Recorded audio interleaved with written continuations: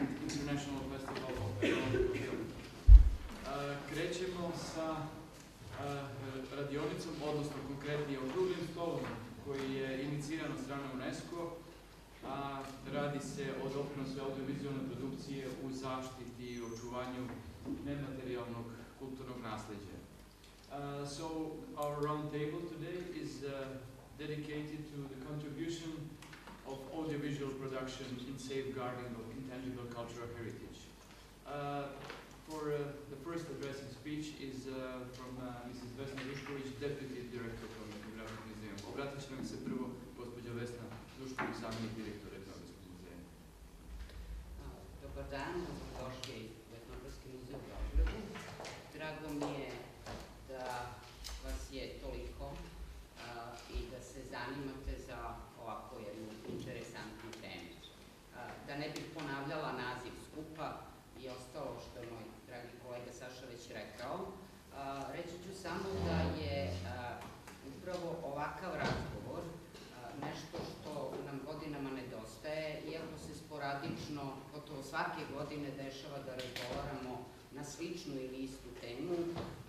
Najbolje to može da potvrdi naš kolega Naško Križnar, ovde prisutan, koji je, slobodno kažem, doajen vizualne antropologije i davnih godina, Naško, ima tome 30 godina da se u Ljubljani održavao jedan okrugli sto i projekcije filmova koje su upravo bile nešto slično ovoj temi o kojoj ćemo razgovarati. Htela bih da se zahvalim u ime Etnografskog muzeja, kancelarije Unesco iz Venecije i Regionalnom centru za očuvanje nematerijalnog kulturnog nasleđa iz Sofije, koji su podržali ovo na sve načine, između ostalog i finansijski, da vam svima poželim plodan rad i nadam se da će iz ovoga proizaći još nešto mnogo više i mnogo bolje, što će nam svima doprineti da mnogo lakše uočimo koji su to elementi nematerijalnog kulturnog nasleđa koje treba zabeležiti i zaštititi. Hvala najlepše. So we'll proceed with our roundtable. Once again, I want to thank our friends and colleagues under whose auspices this roundtable is taking place. So, UNESCO Office and Bureau for Science and Culture in Venice, and the Regional Center for Intangible Cultural Heritage in Sofia, in Bulgaria. I would say for the beginning that we want to simply to find some common features that are common for maybe many countries in Southeast Europe. Many common features as regards intangible cultural heritage and as regards maybe some similarities in possible film production. So we will dedicate much of the time of this roundtable to find the ways and to elicit some ways to strike the major guidelines towards the production of the future documentary. I would just want to introduce you our keynote speakers, being Professor Dr. Naško Križnar from Slovenia, and his contribution is entitled Contribution of Audiovisual Productions to the Safeguarding of Intangible Cultural Heritage, and also our colleague and famous filmmaker, Mr. Vladimir Perović, whose presentation is entitled The Making of Films on Intangible Cultural Heritage, Factual, Creative and Other Challenges and Good Practices. Consequently, there will be discussions, and you are welcome, all of you, of course, to take part, to give your contributions. We have to greet here many representatives of institutions, and I would just want to point out that the representatives of Ministry of Culture from Serbia, Ministry of Culture from Croatia, our friends filmmakers, visual anthropologists from Serbia,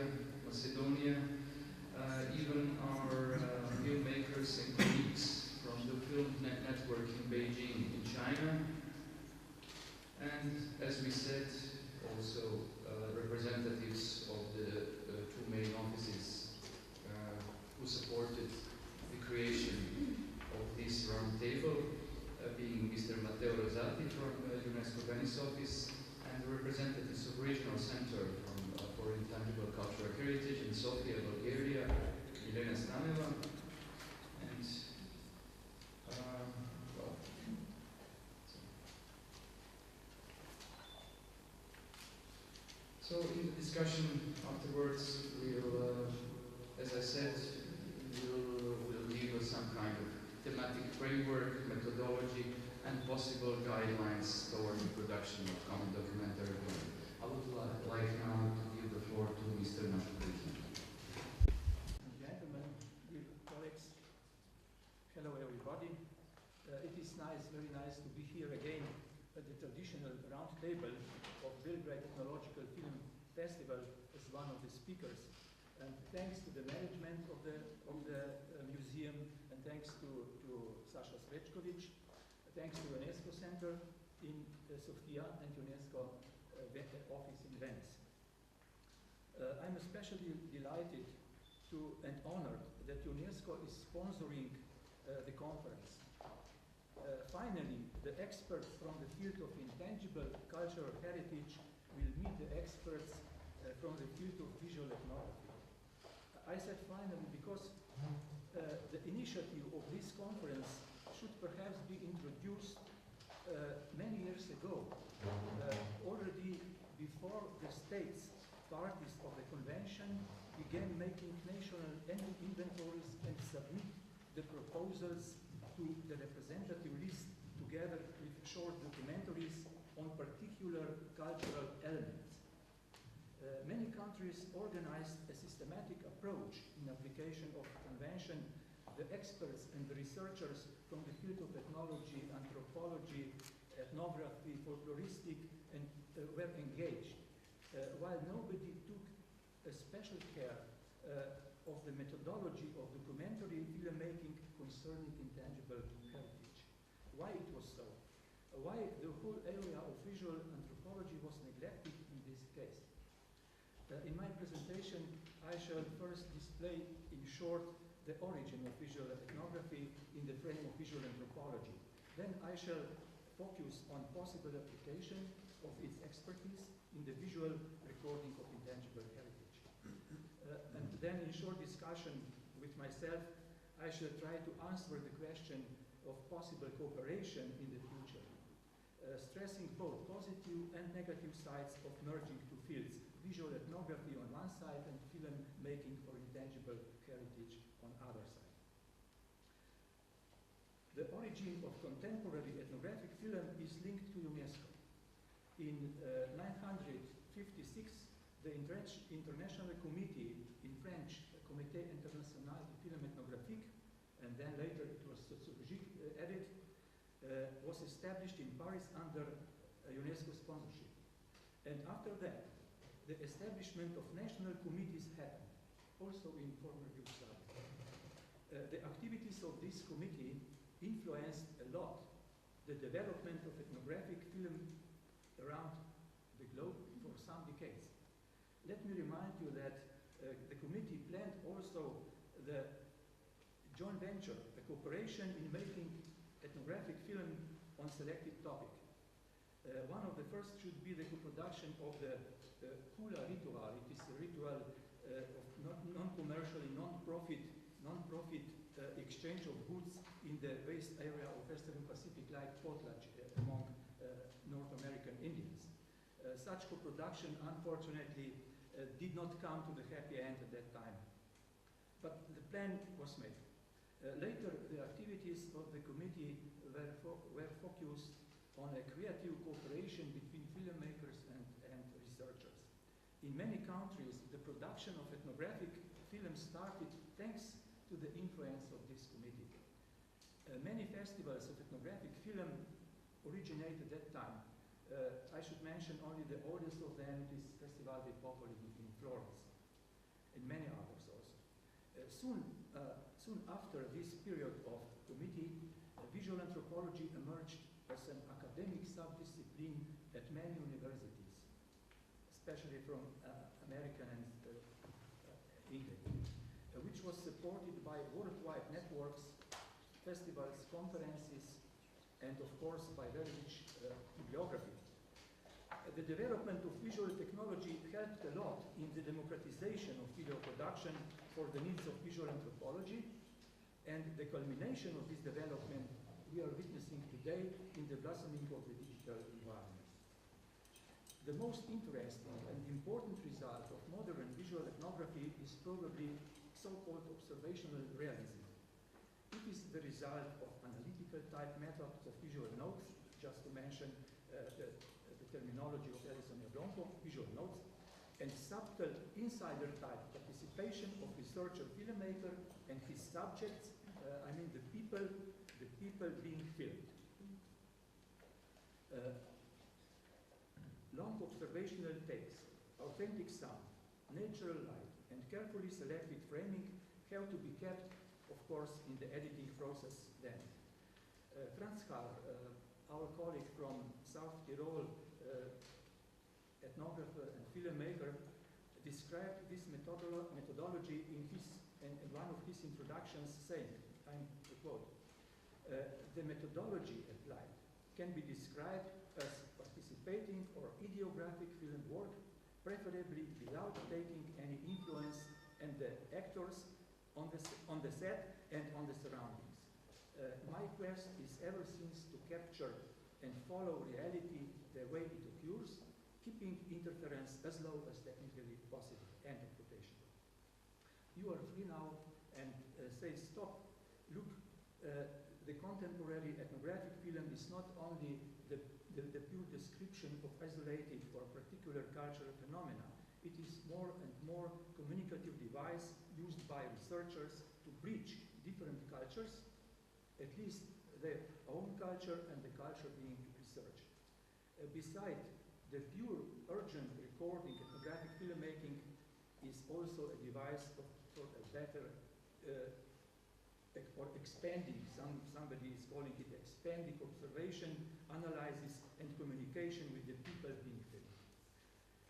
The culture and the human behavior is very complex structure. And the filmmakers are trying always to represent this complexity in the best possible way according to their skills and the possibilities of visual media. According to McDougall, a very well-known anthropologist and visual anthropologist, filmmaker, according to him, the ethnographic filmmaking is not only trying to reveal the meaning of particular cultural phenomena, but first of all, the being of cultural phenomena. Just to stress his point, let me remind you that when looking for a meaning, the researchers and the filmmakers often overinterpret the phenomena, while in the case of looking for a being, the researchers and the filmmakers should empathically listen to the phenomena from inside. Well, we are never careful enough when explaining such small differences, like the difference between documentary film and ethnographic film and so on. Looking at the conventions domains, we shall agree that they consist of the elements with very strong visual components.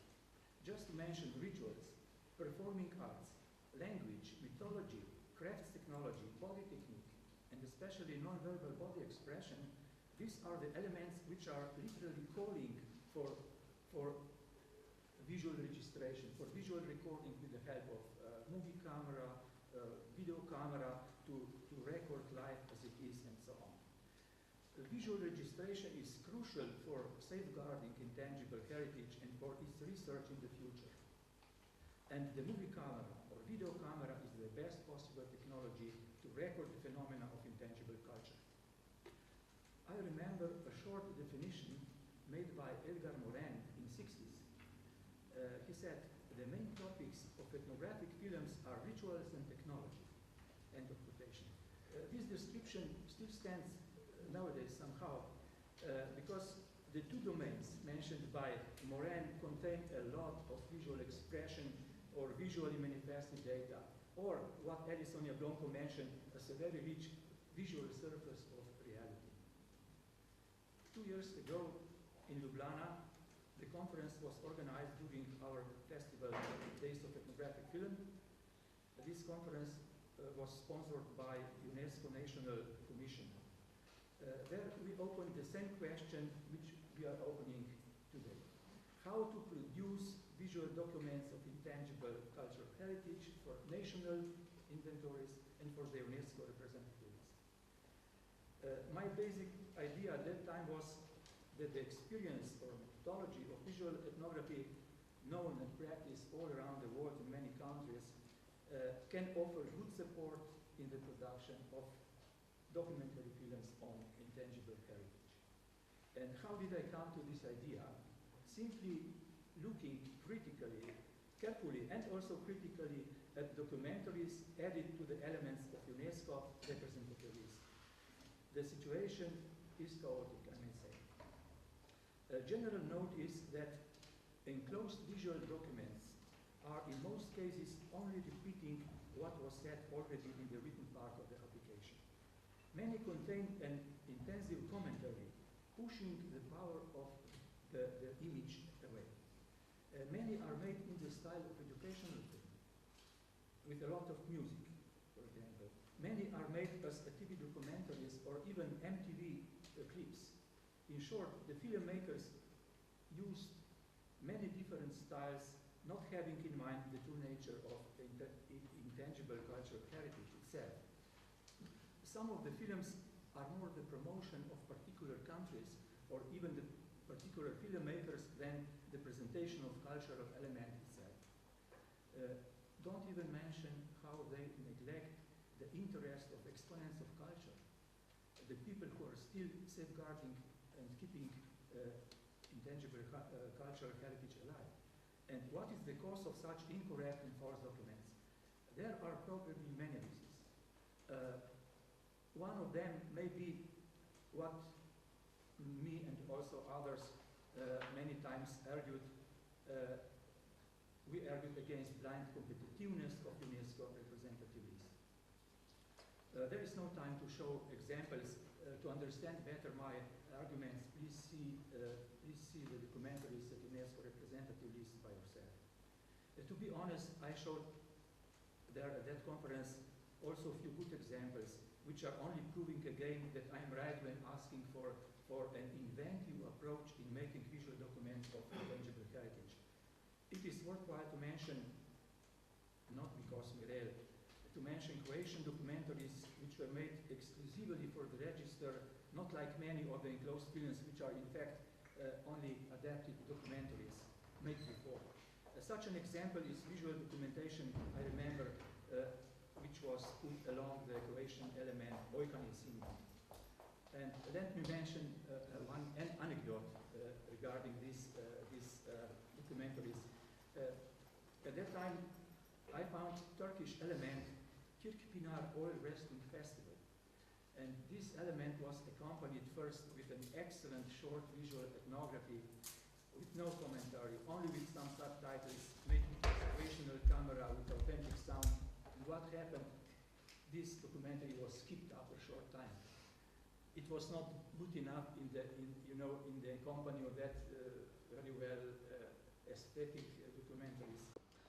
I can understand that it is not easy to show on film more complex events, and in some cases, the traditional cinematic approach is necessary.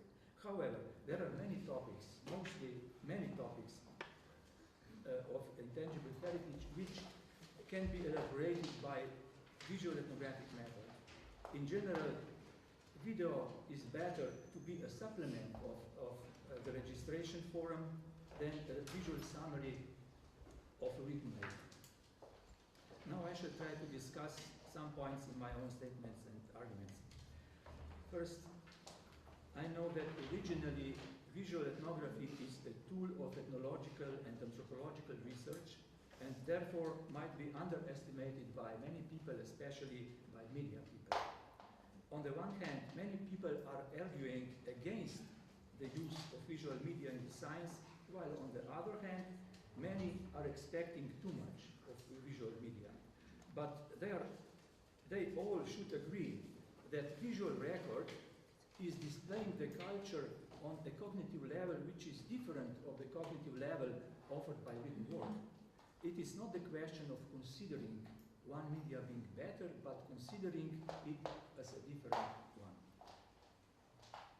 And next, UNESCO Convention of the Safeguarding of Intangible Cultural Heritage is a big challenge, not only for the whole field of ethnology and anthropology, but also for the field of visual anthropology. This is an opportunity for the promotion and application of the methodology of visual ethnography. We should find together some way to cooperate to make documentaries on intangible heritage better. Next, last year in Belgrade, when the idea of this roundtable was brainstormed, we came to the question of education.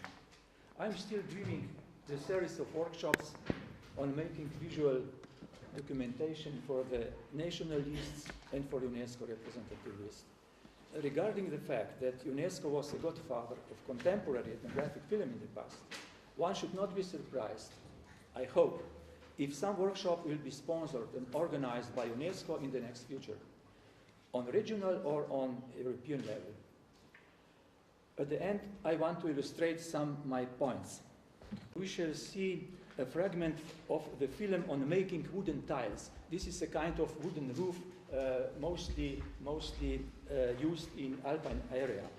Pay attention to the careful framing of the body technique and how the filmmaker tried to keep the pace of the working process also in the face of time compressing.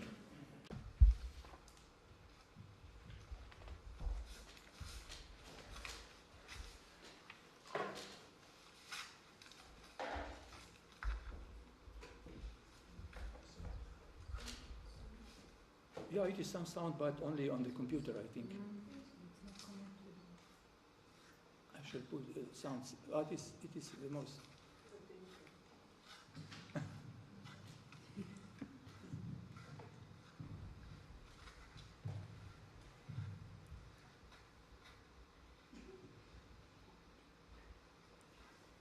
It is an authentic sound, and there is no special effects.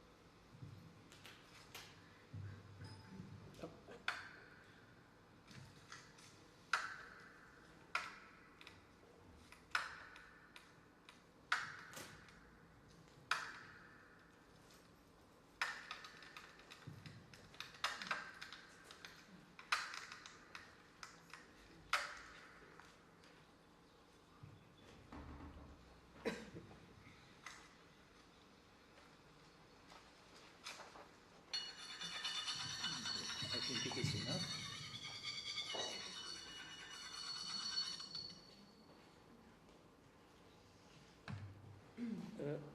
Next example is a photo showing a video crew in the field.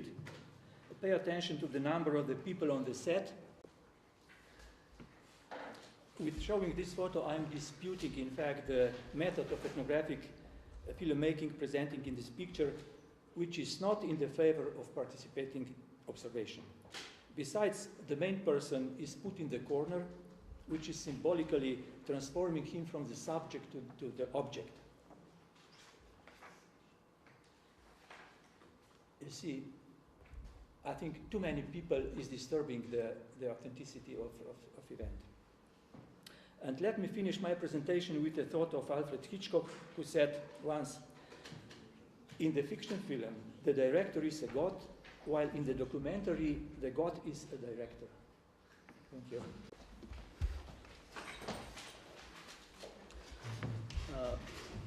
Well, after such an inspirational and knowledgeable lecture by Mr. Križnar, may I dare to add something? I guess I'm allowed to, since the obvious goal of the smart moderators and organizers of this roundtable was to have two clearly different points. May I disappoint them and state at the very start, these points are not the opposite poles of a globe. It seems to me that modern times brought together the anthropologist and the filmmaker.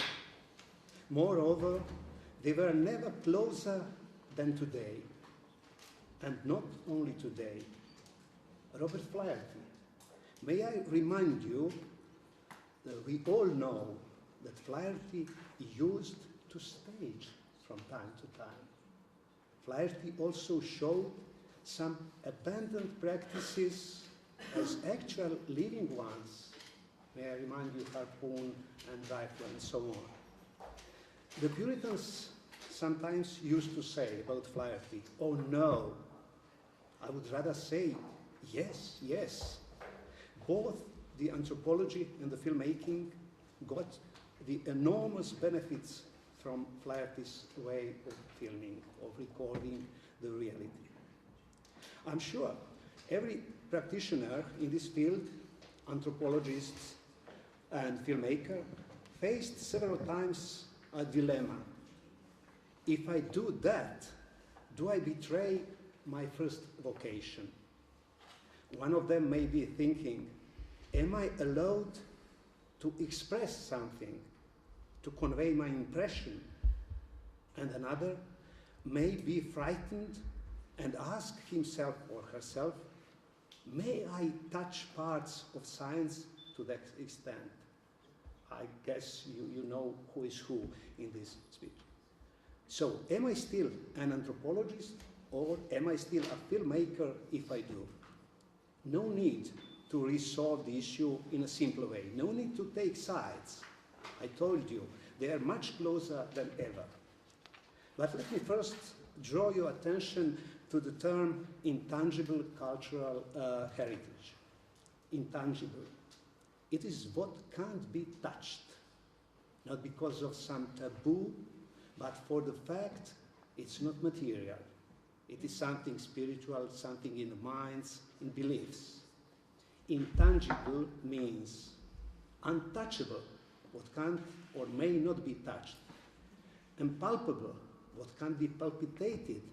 Incomprehensible, what you can't comprehend. Indefinable, what you can't define. Immeasurable, what you can't measure. I just felt the need to remind you that. And now we have a task, an assignment, to show such a matter, such intangible one.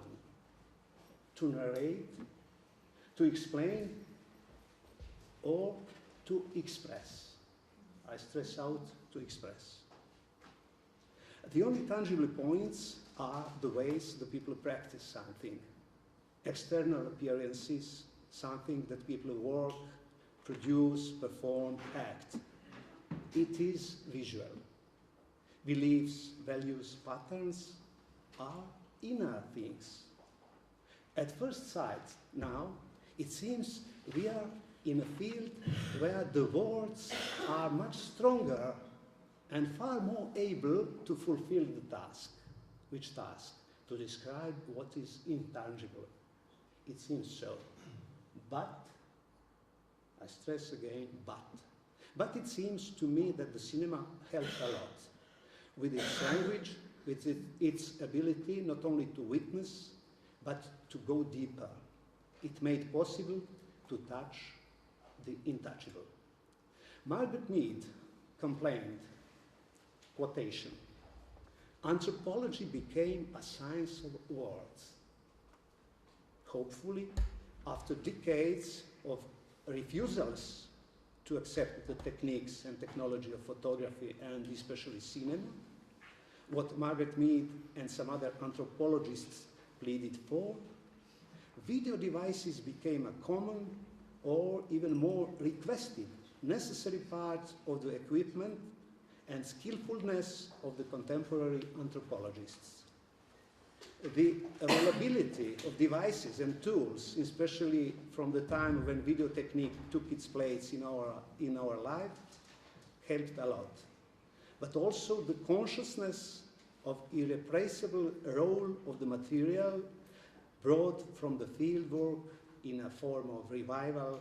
I mean, vivid, real, moving images, sounds, and protagonist statements helped to bring closer the anthropologist and filmmaker. Using these devices, an anthropologist, if he didn't learn the essentials of film language, at least instinctively used them.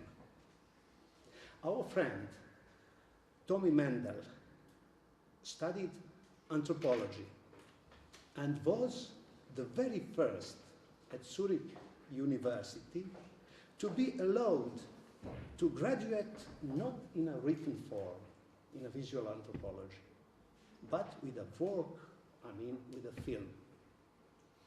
Then he made as master thesis the second work, also with no written work. The work I'd like to emphasize, birth practices at Bunong people in Cambodia. Eventually, he went, nowadays, for his PhD thesis to compare pilgrims to Santiago de Compostela to backpackers. How intriguing, you should say. We're now eager to watch the results of the comparison.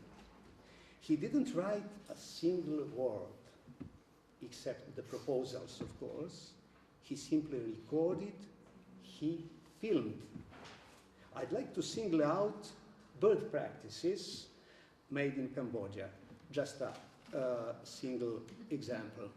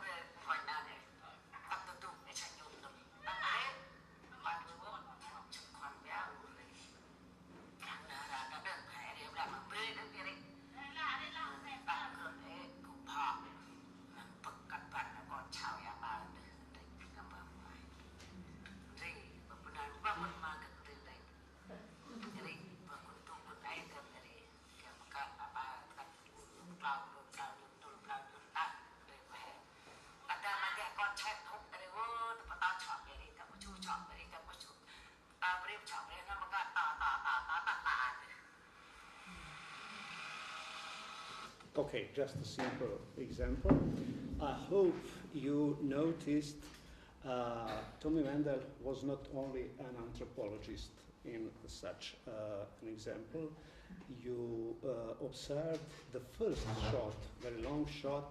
First it was blurred and then it was sharp, this tree, while the lady was explaining some legend and so on. So let's go on. However, all his works were the true anthropologist jobs. He's the scientist who uses film or video for his further purposes. Made in observational way, they show us practices, beliefs, models of behavior, cultural patterns adopted by the people being recorded. I hesitate to say heroes, as this term belongs to the field of cinema.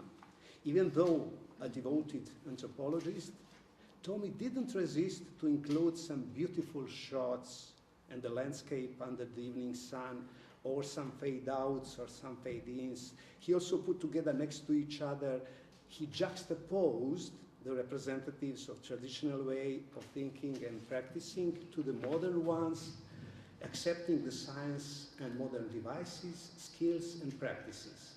Last but not least, he created what we call the cinematic time, opposite to real time. You guess, he was very close to be a filmmaker humbly offered us the subjects, observed in their doings, in the most objective way he could, with their explanations. He didn't interfere, he didn't arrange, he didn't stage anything. Hope you noticed this close encounter of the anthropologist and filmmaker in a single person. There's another example. We have here as a guest Elisabeta Koneska from Macedonia. Yes, you are here. Elisabeta, in her wonderful documentary, Peace for All, succeeded to unite the true anthropology with true documentary filmmaking. There's a temple, small church in Macedonia, where the believers of 4 different denominations share the same shrine. In a good observational manner, with calm and serenity, without interfering at all, Elisabeta led us from a denomination to another, showing respectively some specific features of each of them. Following some parts of the rites, she fulfilled her ethnographer's task, but, yes, here we are, she also entered a field of a good documentary.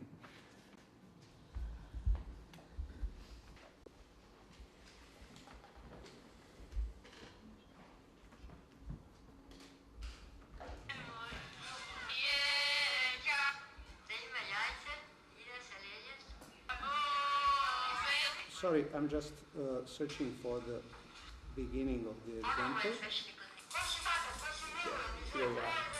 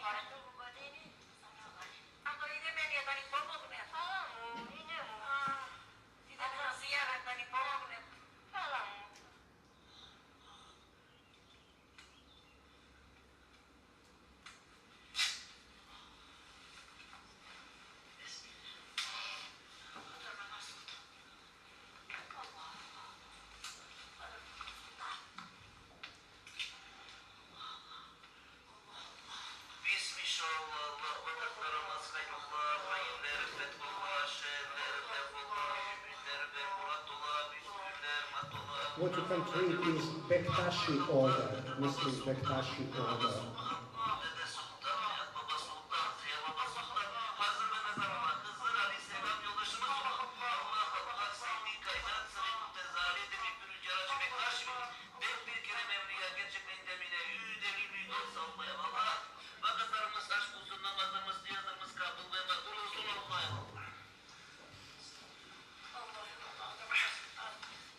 Well, Elisabetta didn't avoid to pay attention to the people worshipping in the shrine, I mean, as persons, as living creatures, not only as representatives of different religions, especially the one connecting them all, the elderly lady who speaks like this one or that one, the cleaning woman who maybe doesn't understand completely the importance of the place and of the fact.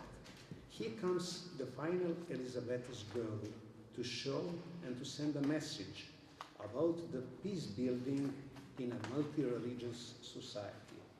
Elisabetta was an anthropologist, a filmmaker, and overall a socially aware and responsible individual. Finally, personally, I don't belong to the anthropologists, neither the scientists. I'm a filmmaker, pure filmmaker. And sometimes I make films with no words, no dialogues, no commentary. Boring stuff, art house, you may say. At first sight, observational ducks. I wouldn't say they are. And let me confess, I do interfere. I slightly arrange or stage. I put together what in reality is not together. I juxtapose, I make a rhythm. I'm a filmmaker. But I try to be a hidden one, a hidden filmmaker as much as possible. Too extreme, someone may say. Yes, indeed. But somehow these films found their places among ethnological and anthropological films at the festivals, and I'm still looking for the reasons. I'll be free to tell you a few experiences of mine, some challenges I faced, few dilemmas I had, and some ways I resolved them. The film called Vanishing. Although with no words spoken, no dialogues, no commentary, from the very start, from the film title itself, one point was imposed to the spectator, the statement that something is vanishing. May this be observed as objectivity? That's my view, my point. Maybe you won't agree. Furthermore, how to visualize the vanishing? It's an abstract notion, abstract term. Then how? Well, by making a cinematic suggestion that this and that are going to vanish, and that this and that are very important to a culture. I'd like to tell you how the film was conceived. First, I visited a few times a remote village for another purpose. And I found this village a fantastic scenery for something. I said to myself, I decided, I must someday make a film against such a backdrop. The chance and the topic came after 12 years. Visiting it again, still searching for a proper topic to be placed there, I learned there's a single pupil in a primary school, a young girl, 4th grade, no more kids, one teacher coming regularly from the town, and when she finishes the 4th grade, the school will be closed. The teacher will lose the job, and the village, with only elderly inhabitants in it, will slowly be dying and dying until it completely fades to nothing. I mean, until it vanishes, until everything disappears in it. Well, hopefully I found my subject. Here comes the questions. How to convey it to the spectator? I made a dramaturgy, or a structure. This way, I will follow the young girl on her way from her home to the school, and I'll point out around her way, next to her way to school, all the elements of a traditional life which will disappear. The fact from the streets was only elderly people. Try to imagine a single child, this younger girl, and 100 or more elders. And of course, I will keep the fact she is the only kid in the village unrevealed till the very end. This is not this way of thinking. This is not the way an ethnographer thinks. It's not the way he makes his structure. But we will show, what we will show will surely be of the greatest interest for every ethnographer. Let me show just a simple example from the film.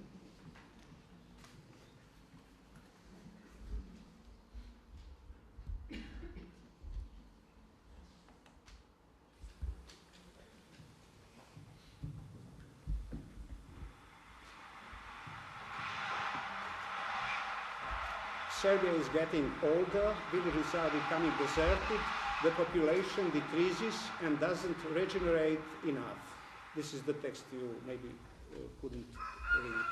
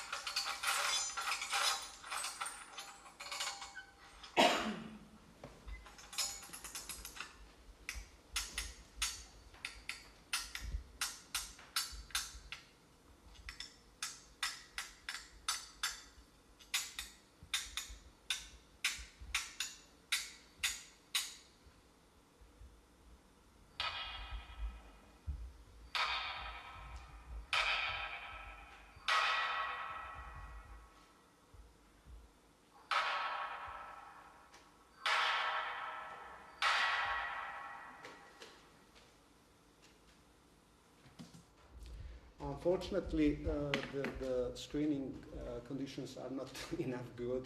It's dark a little bit. However, you could have seen slight parts of it. In a last example, I used a kind of expression which separates the screen invisible in two parts. In one, the old man, in a very slow pace, is using his hammer, and in another part, the young lady is walking on her normal way. So this is something that is not common in anthropology. It's something from film field. That's why I wished to stress it out.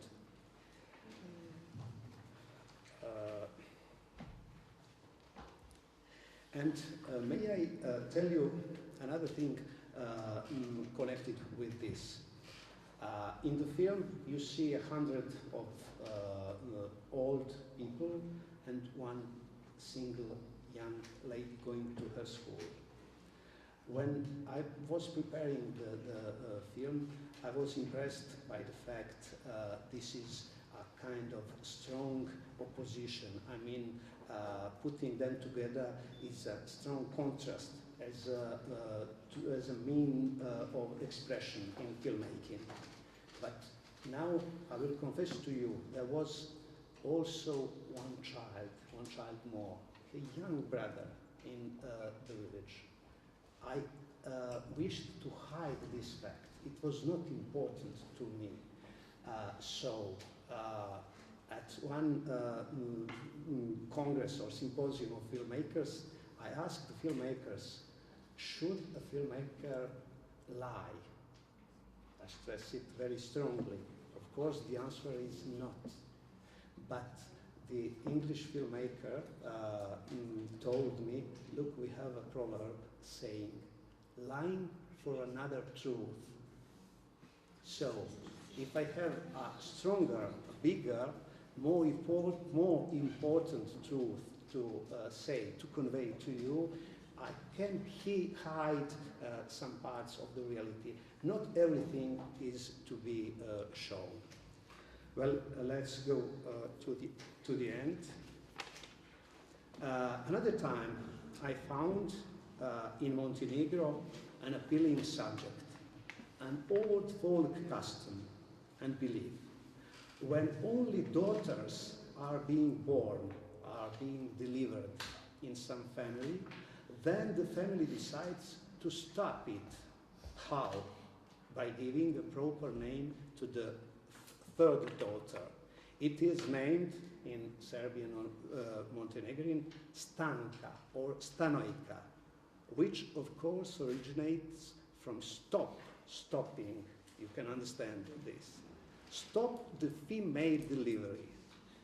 By the way, I found the same folk custom and brought a film from that side in Iran. The film was called Kala Bash. It means daughter stop, which you may guess means the same as Stanojka or Stanka. Stop the daughters, stop young girls, stop with it. In patriarchal societies, as you know, only males count. I knew, anyhow I make a film, I will tell few things about an old folk matrix, which is in some kind of imitative magic, attempts to solve what they consider a problem. Well, I deal with ethnological stuff. But I can't deal with it as a simple observer or reporter. A simple record of the facts, of the events, of the thoughts is not enough. What could an observer or reporter do? Ask them to recount they had two girls, and when the third appeared, they decided to name her Stanojka, and then they were waiting and waiting, people talking, people narrating, and what else? I hope you agree it wouldn't be satisfying. I'm in a field of documentary, which means not the document, but rather something more, something else. What else? Well, my point on the subject, documentary is a document that passed through the author's eye. And after having researched and having met the family, interrogated them, accumulated some useful info, I went back home and started to prepare the puzzle. Yes, I stress out the puzzle. What else the filmmaker, both documentary and fiction filmmaker, is doing when he or she finds a proper, appealing, promising subject? He constructs, he juxtaposes, he combines, he compares, he digs up in search of some more sense, some meaning that is not obvious to everybody. Well, many meanings and many images came to me. First, I tried to enter the minds of the locals to understand their feelings on the subject. One daughter, bad. Two daughters, terrifying. Three daughters, well, it's a damnation, it's a curse. I imagined how time was passing slowly during these expectations. And I felt a kind of suspense. Why not to make my story using this tool or technique called suspense, dramaturgical tool? And I did, and it worked. The viewer doesn't know whether the son will be born in that family or not, almost till the very end. In the same time, I found one of the heroes, the father, that one of the this one, producing only the daughters. He uses the ladder for several purposes. Let's use it as a symbol. Going up, a hope. Going down, failure. This is a kind of symbolical thinking. And finally, sinking down, deep down, because no expectation was achieved. And also bringing the ladder the way the Christ brought the wooden cross to Golgotha, and so on and so on. These facts, these associations, don't appeal to the ethnographer, but the filmmaker can't stand without them. And finally, I heard two elder men were preparing themselves to visit a remote place where the family lives in order to, should I tell you, in order to congratulate and to celebrate what the newborn son, the fourth was son. While preparing the shooting, I asked these two to join the third old man. Why? Well, to let you think about the three kings coming to the newborn Christ to make their bows, to enhance the meaning of the son, of the male in this society. They accepted, and we had a long walk of three men in parallel editing with the other things, who at the end come to the family, congratulate, celebrate, toast, etc.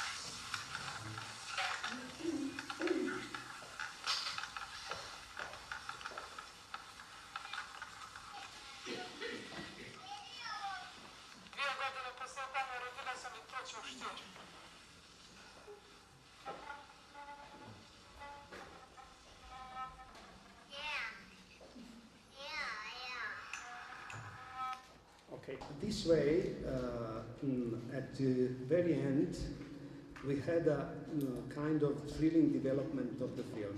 Everything is on its place. It's true, nothing is fake, but some things were slightly replaced, arranged in structure in order to achieve a composition, not a simple record. Strong traditional beliefs of a society were not only shown, not only recorded, but they were thought, they were expressed. And this is the difference between the ethnographer and filmmaker. This used to be a difference between the two. In my view, not anymore, or not to that extent. Hopefully, an ethnographer and a filmmaker eventually met. Anthropology can't live without living, vivid motion images, and may I conclude, the filmmaking, similar to the other arts, is so anthropological practice for mankind. As Margaret Mead said, let me quote her again, it's best when an ethnographer and filmmaker are joined in a single person. Thank you.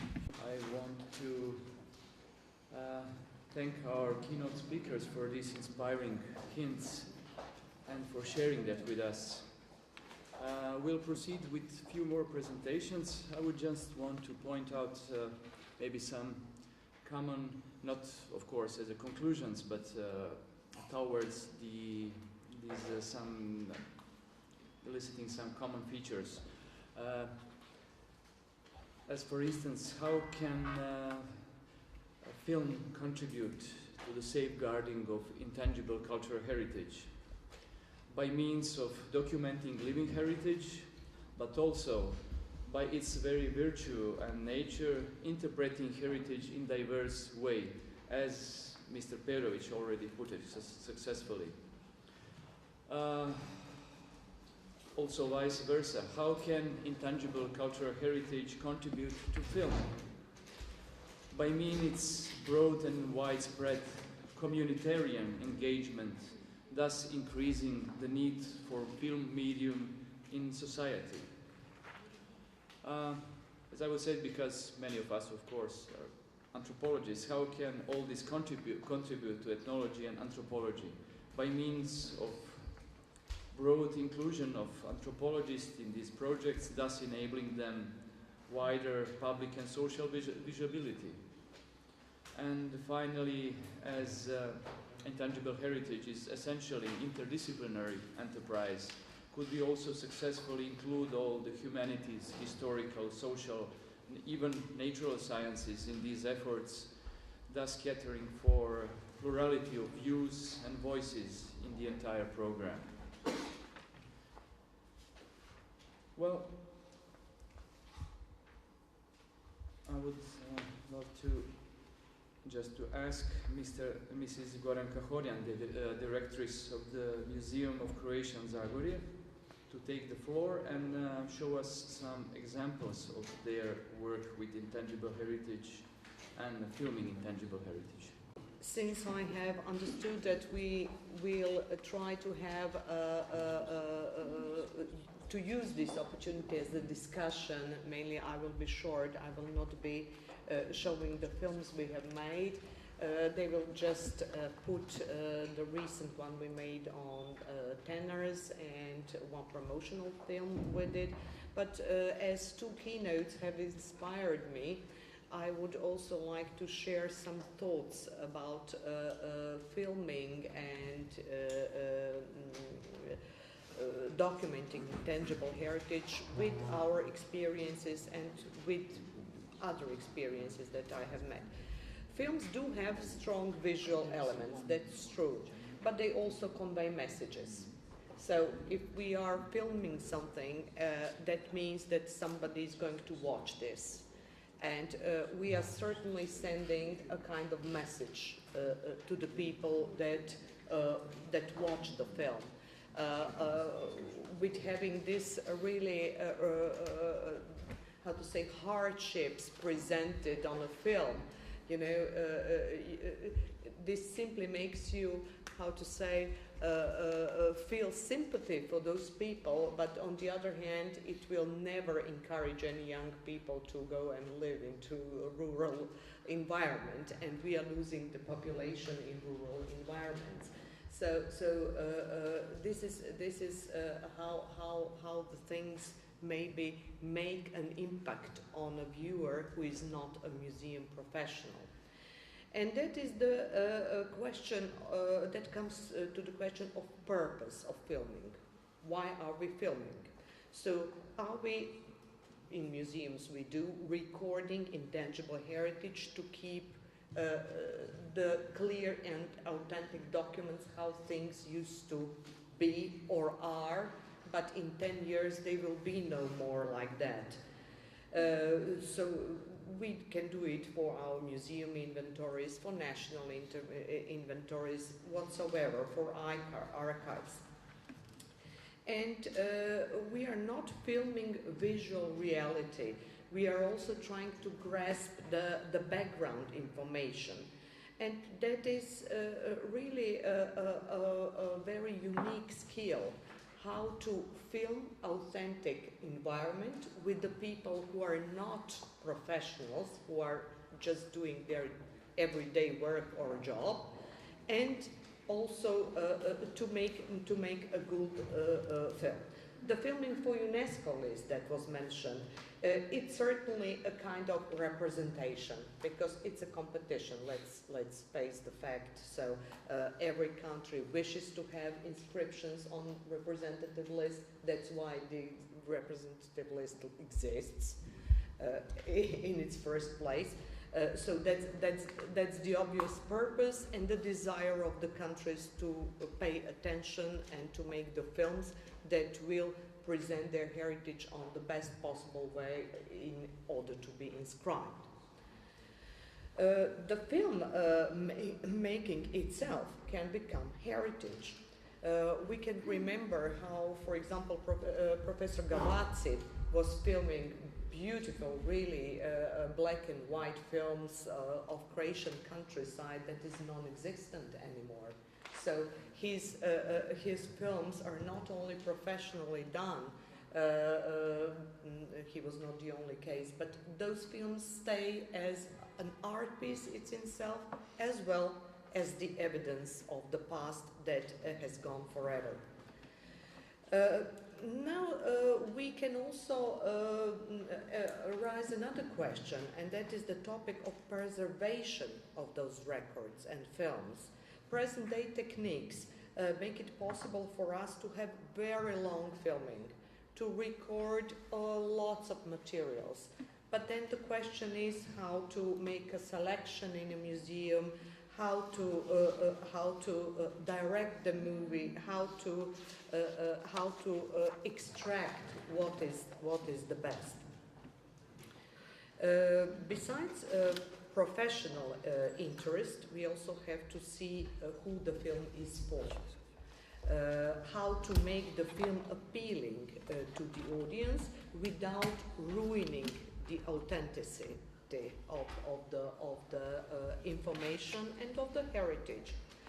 And I would like to say that not only intangible heritage is intangible, all heritage has this intangible component, as it is integral part of human life and values. Actually, all heritage arises emotions, makes collective spirits move around, makes people travel around the world, being global trotters. And some ethnographic films actually can bring closer to vast audiences the riches of humanities they cannot see in real environment. So that is the purpose. So we are sending outside in the world what we have, that they can see it, because they did not experience this in reality. Many experts today explore various possibilities of digital storytelling. I must say that in ethnographic film, the storytelling is also one of the crucial elements. So we always see some older people or someone is telling an interesting story, like the story about having the third daughter, etc. So this is really something that is crucial behind the pure witnessing of performed activities. And sometimes I have a feeling that in ethnographic films these two elements are often disbalanced, this interesting storytelling, and the very static scenery. Well, so I would like to maybe pinpoint our attention to the fact that the viewer has to be somewhere when we are making a film. And these messages that we are conveying are important. The question for me is how to produce the film that people would love to watch, that can be informative and educational, that can stay true to the authentic context and heritage, and include some film artistry, art of filmmaking in itself. Today, it is not easy to keep people interested and focused. The level of attention, the duration of the attention is really very, very diminishing from year to year due to various visual attractions that people are exposed to. And what we have to have in mind is the value we have. We have delicate and fragile, intangible heritage, and we have to see how it is to be protected, to become the focus of interest, not to become endangered, and what we can do to diminish the threats and use the opportunities. And I think the visual media films can do that really. I would like to also mention that I'm currently participating in one of the projects which is called eCult Value, which promotes use of new technologies in museums and in heritage sector. Not only using technical aspects, but also communicational aspects, social networks, etc. Because a lot of young people are online, and somehow, if we want to keep them focused on intangible heritage, we have to develop the visual ways and practical ways how to communicate with them. I hope we will continue the discussions later as well. And thanks Sasha, and thanks the management of the film festival. We are very honored and delighted to take part in this discussion. I'm from the film area. I've been producing films before, and Miss Liang Li is from the anthropological area, and she's the chief editor of the Chinese ethnic group magazine, which is the only official magazine for ethnic groups in China, with 6 other languages. So when there is a project regarding to the ethnic groups, ethnic films, we will work together. So that comes to the special screening in this film festival, and also the presentation today. So today we'd like to share with you the intangible cultural heritage in Chinese minority ethnic films. And when we say minority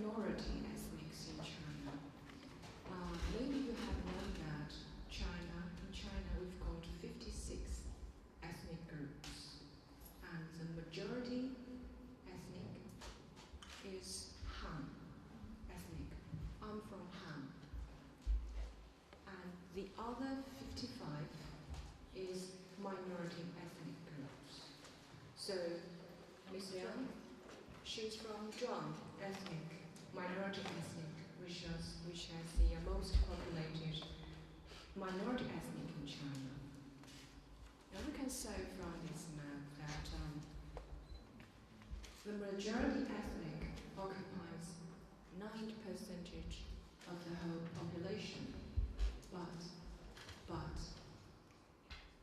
it has 64% of the whole area. So this situation forms a very rich diversity of the ethnic, minority ethnic cultures. There's 1/3 of the intangible culture heritage are from minority ethnic groups.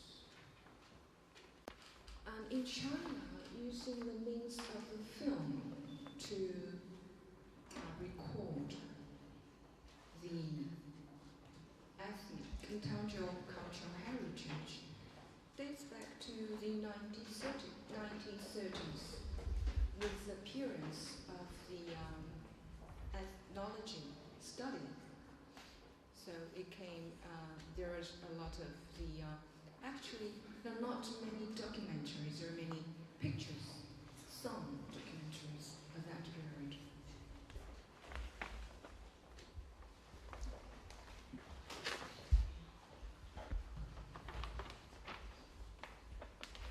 Here I would like to introduce the, later on there are 3 booms of ethnic films regarding intangible cultural heritage. The first boom is 1950s, 1960s, from 1956 to 1964. So during that period, New China was just founded in 1949. So in 1950s, the central government realized the importance of the minority ethnic groups. So central government assigned a group of, very interesting, a group of scholars from anthropology and the, it's always difficult to pronounce these 2 words, anthropology and ethnographical areas, the scholars and the filmmakers, this kind of group, to produce the minority ethnic films, documentaries, actually the documentaries. And they are called the documentaries on the society and the history of Chinese ethnic minorities. And they're also called the anthropological documentaries for protection. I would like to, highlight that during that period, 1950s, China was still very poor. We won't able to produce film at that time. And we're poor, so we are not able to produce a film. We have to buy film from Germany. We don't have much money, but we buy it.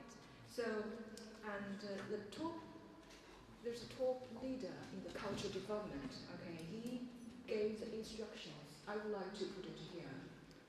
He said, we can reduce the numbers of producing the numbers of the feature films, but we must guarantee the producing of the minority ethnic documentaries, because their life is much longer and more valuable than the feature films, than the art films. So that's why it came, the first burn of the ethnic films regarding cultural heritage. The films including here,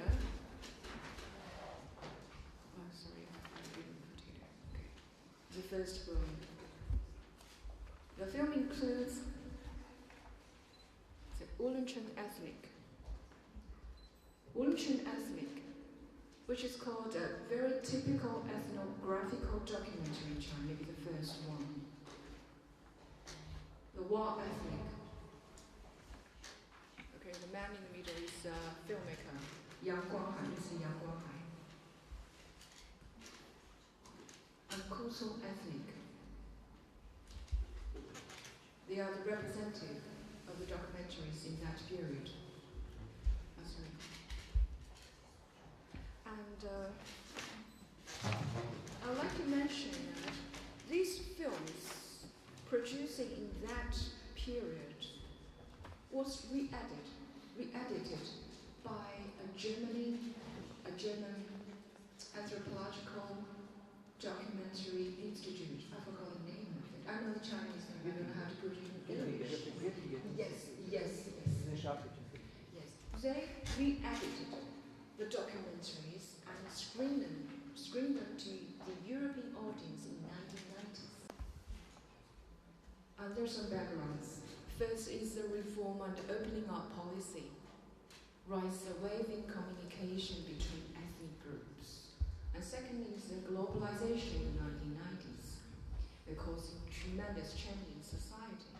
And during that period, more and more independent documentary filmmakers began to shoot the documentaries. So in this period, 1990s, we bring some representative documentaries here. Actually, these documentaries were screened in these film festivals. 1990s classic Chinese ethnographic documentaries, 1990s. It includes the passing of the mountain god. Maybe time is limited. I won't introduce very details in the film because they are all in the catalogue of the film festival. And this passing of the mountain god is about the Wellington ethnic. Fading when they fell, directed by the same director, Sun Zhentian. It's about Eva Key.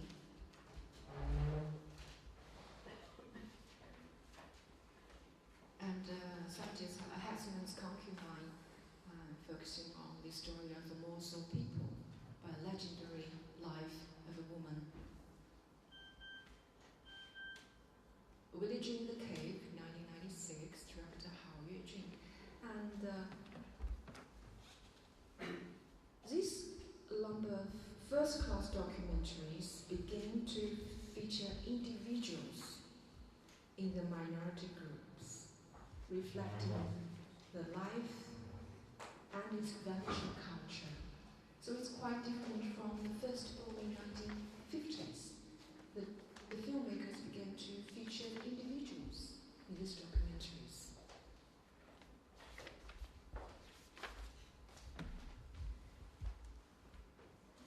And the third boom is 21st centuries. And in you have known that in 2004, China joined the Convention for the Safeguarding of the Intangible Cultural Heritage by Unesco. So up to now, we've got 29 World Intangible Cultural Heritage in China. And China's classification of its own intangible cultural heritage goes from national to county levels. So now we've got numbers here. We've got 1,129 national intangible cultural heritage in China. Since 2006, when the second Saturday of June was named Day of Intangible Cultural Heritage, so the government shows great the focus and shows the importance of the intangible cultural heritage. So during this, after 2000, there were thousands of documentaries about ethnic groups, about the intangible cultural heritage. Here are some representative documentaries are listed here, but I won't introduce them one by one because of time limitation. We would like to especially focus on the features during this period. In 1990s and in 1950s, we've just got the documentaries with just very, very few features. But after 2000, we produced a lot of the features, and maybe it's about 265 features during this maybe 10 years. We list the representative features here.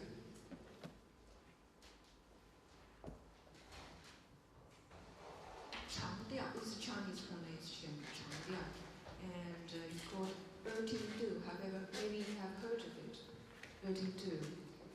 It was added into the list of the World Intangible Cultural Heritage in 2005.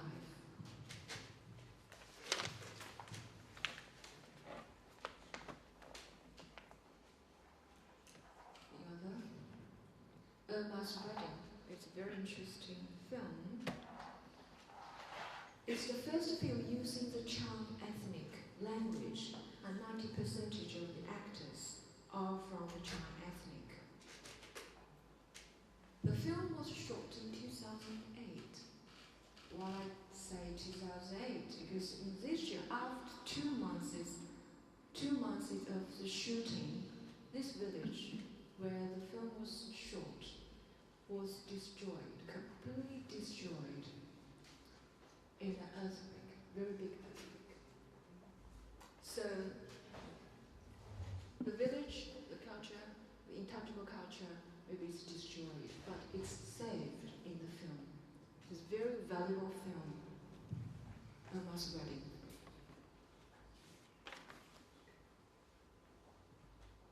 Close to the Sun. This film was shot in a very small county in China, which is called Danzhai. It's Danzhai, right? It's Danzhai. And it's a very small county, but there is got 7 national intangible cultural heritage here.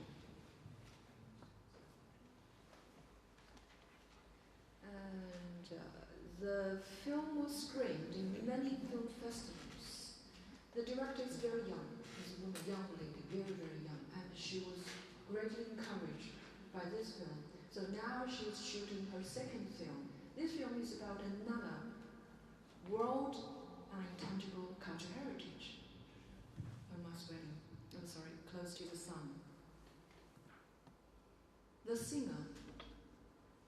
The story is about the kind of special singer of Dong ethnic, and this was added into the World Intangible Cultural Heritage in 2009. An Eternal Lamb. Maybe it's the first Kazakh ethnic film. And this film will be screened in the film festival this time.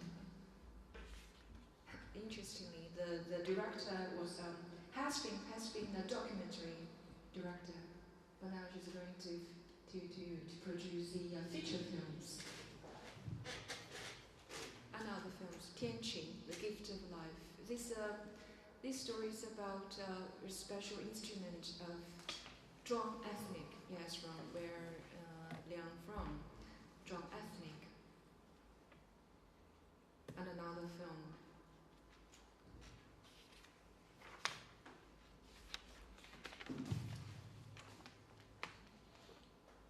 So we found that feature films become a very important and influential method to record and convey the intangible cultural heritage for the minority ethnic groups. Just before we arrived to Belgrade, we noticed the launch of the China's Ethnic Film Project. So this project is launched by the government, by the Chinese Ethnic Affairs Committee, and the Chinese Writers Association is all the official body. So they launched this project. The 3 ethnic epics are added in the list. They will be the key project of this whole project. Tibetan epic, Nkns. It is added to the World Intangible Cultural Heritage in 2009. Gurgit's epic, Manas, is a national intangible cultural heritage.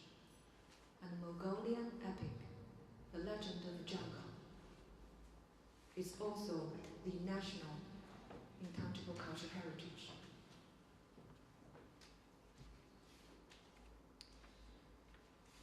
So we can realize that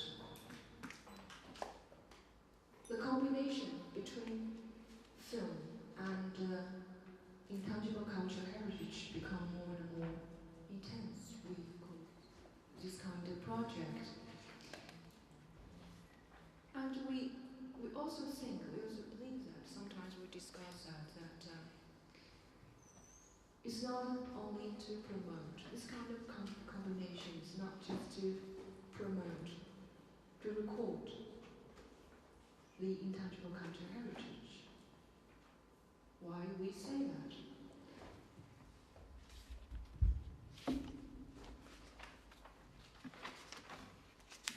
So I would like to show you a Chinese character, and this Chinese character, maybe you have known that Chinese character, they have got a very, special philosophy in it. So this character is combined by two parts. The first part, this part means sun, and this part means moon. And when these two parts combine together, it doesn't mean sun and moon. It means bright. So it means bright. Yeah, it's bright. So the conclusion, it comes to a very different meaning. So we want to say that when the combination of the film and tangible cultural heritage, they create new things. Because one says that because film is kind of art. It's filled with wisdom and imagination. Intangible cultural heritage, same. It's filled with imagination and wisdom too. So when these two things combine together, what will happen? A new thing, a new wisdom, a new imagination. That's interesting. Okay, I think that maybe that's the end of that presentation. Thank you very much. I would ask now Mr. Matteo Rosati from Unesco Venice office to take the floor. Thank you, Sasha. I'll try to say a few words to conclude somehow this first part, then I understand we will have a short break and to introduce the second part for the discussion. Let me first of all thank all the previous speakers for their very interesting and valuable contribution. And thank all of you participants for being with us today. I also want to thank, of course, the Ethnographic Museum in Belgrade for having organized this meeting, and the Sofia Regional Center for the Safeguarding of Intangible Heritage for having cooperated to the organization of this event. I have taken some notes and some inspirations from all the previous speakers, and I also would like to start with a quotation by Hitchcock that was already mentioned by Professor Krishna, and when he said that film is about life without the boring parts. What he meant? He meant, of course, now let me say why I say this, because he had a clear purpose in mind. And this is what Goranka just said. He wanted to make merely and purely entertaining films, and he was a master, an undisputed master at that. So the purpose is, I think, a key issue that we should keep in mind. Now, in a perhaps over-ambitious attempt, we try to combine here the safeguarding of intangible cultural heritage and the audiovisual productions. But we have, of course, to understand that these are two very broad issues, very broad, both of them. let me remind you, by quoting the convention, what is intended by safeguarding by this document. It includes the identification, documentation, research, preservation, protection, promotion, enhancement, transmission, and revitalization. How many? How many different things? On the other hand, we have the very broad category of audiovisual products. Documentary films, feature, short films, clips, aimed at different audiences, different means of production and distribution. So in my view, where the challenge really lies is in how to combine a purpose and a means. How to combine what we want to do in terms of safeguarding, what is the objective, and how audiovisual productions can be of use in reaching this target. And of course, it takes two things. A very clear mind and idea on what we want to achieve, and of course, it needs the ability to master the means that we want to use. So I think this could also be a way to focus the discussion when it will come to reflecting on how a possible future production at regional level on intangible cultural heritage could take place in Southeastern Europe. It will be of crucial importance to understand what the objective will be and how and what kind of means can be used to reach this objective. This is all I have wanted to point out, and of course I will invite all of you to take the floor afterwards. Well, thank you, Matteo. Before coming to a short break, coffee break, about 10 minutes, I would ask the representatives from Sofia Regional Center for Intangible Cultural Heritage for Southeast Europe to take the floor and give us few information about their activities and the background of the Sofia Regional Center. Present the Regional Center for the Safeguarding of Intangible Cultural Heritage in Southeast Europe, one of the species of Unesco. It's quite a new organization. It's established on the basis of the agreement between UNESCO and the government of Republic of Bulgaria in 2010. The center became operational in the beginning of 2012, so we are quite new. It's a non-profit organization, Category 2 center, which carries out coordination functions for the Southeastern Europe to promote the implementation of the Convention 2003 and to help program initiatives of UNESCO concerning the intangible cultural heritage. The funds for the functioning of the center are provided from the Bulgarian government, and this institution is co-founded between three main institutions in Bulgaria: Ministry of Culture, Ministry of Foreign Affairs, and Bulgarian Academy of Science. The center is managed by a governing body who is composed with representatives from the member states, which are 10 for the moment, and the representatives from UNESCO and also from Bulgaria. We also have an executive board, which is responsible for all effective operational work of the center, and we are a quite small team in the secretariat from 5 people. What else? Our mission is to promote the cooperation in the field of ICH on the national, regional, and international level, and to carry out initiatives for safeguarding and popularization of the intangible cultural heritage. This is in brief for our organization. Maybe I should say some words why we decided to support this roundtable. In this year session of the governing on the General Assembly, we decided to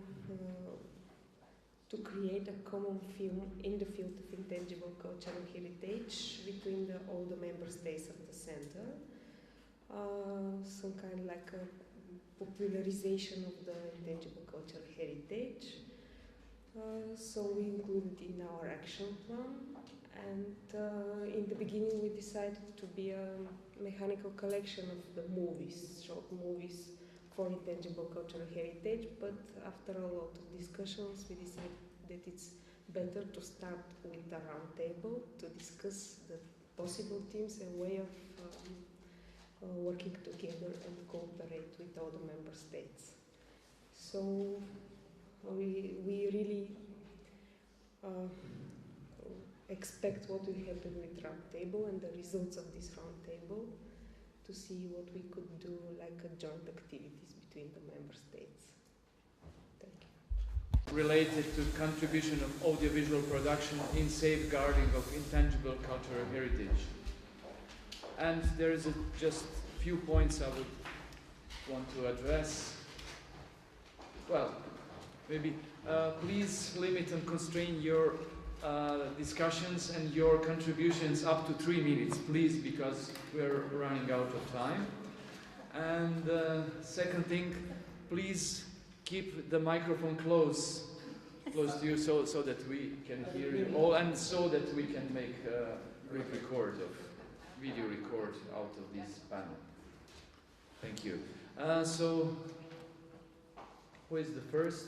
Is there anybody who wants to take the floor with discussions, with some remarks, objections, or whatever?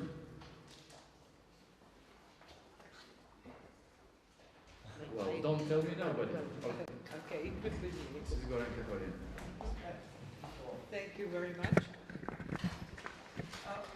Well, if I may suggest what also two last speakers announced, we are gathered here in order to see the possibility of making a joint film about the intangible cultural heritage of the region. So I think we should focus on this in our discussion, see how we are going to do it. So there are numerous options. There is also the question of budget. I have discussed with Matteo during the break, but he's right in saying that first we have to determine what we want, and then we can see how much it can cost. Of course, it's not the sky is the limit, but you know, in reasonable, I think, money terms, we can accomplish something. What I would like to suggest is that perhaps filmmakers or people involved in film can give us options and ideas, and then we may discuss it. What we should not lose is this opportunity to make a kind of agreement, because if it drags into years, on next year and next year, it will never be accomplished. Files that included also videos, short films up to 10 minutes. I have some sort of experience and idea how actually shorten our problems or made them smaller. I would just like to say a few ideas that came to my mind when I was preparing for this discussion. First of all is the approach of the anthropologists to making films about the intangible culture, or generally culture that they are exploring. Since the beginning of our discipline, or scientific discipline, anthropologists have observed the other cultures. So they went to, as they call them, exotic places, different places that what they knew were their own. So they tried to present kind of idealized world of tribes, of different cultures.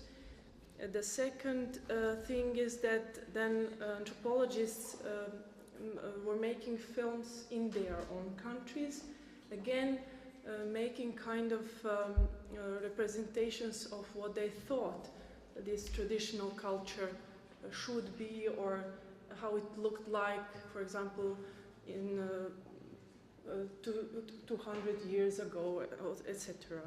And the third thing is that we are now experiencing in this moment a very broad and vivid making of films by the people who are the ones whose culture it is. So, as we call them, bearers.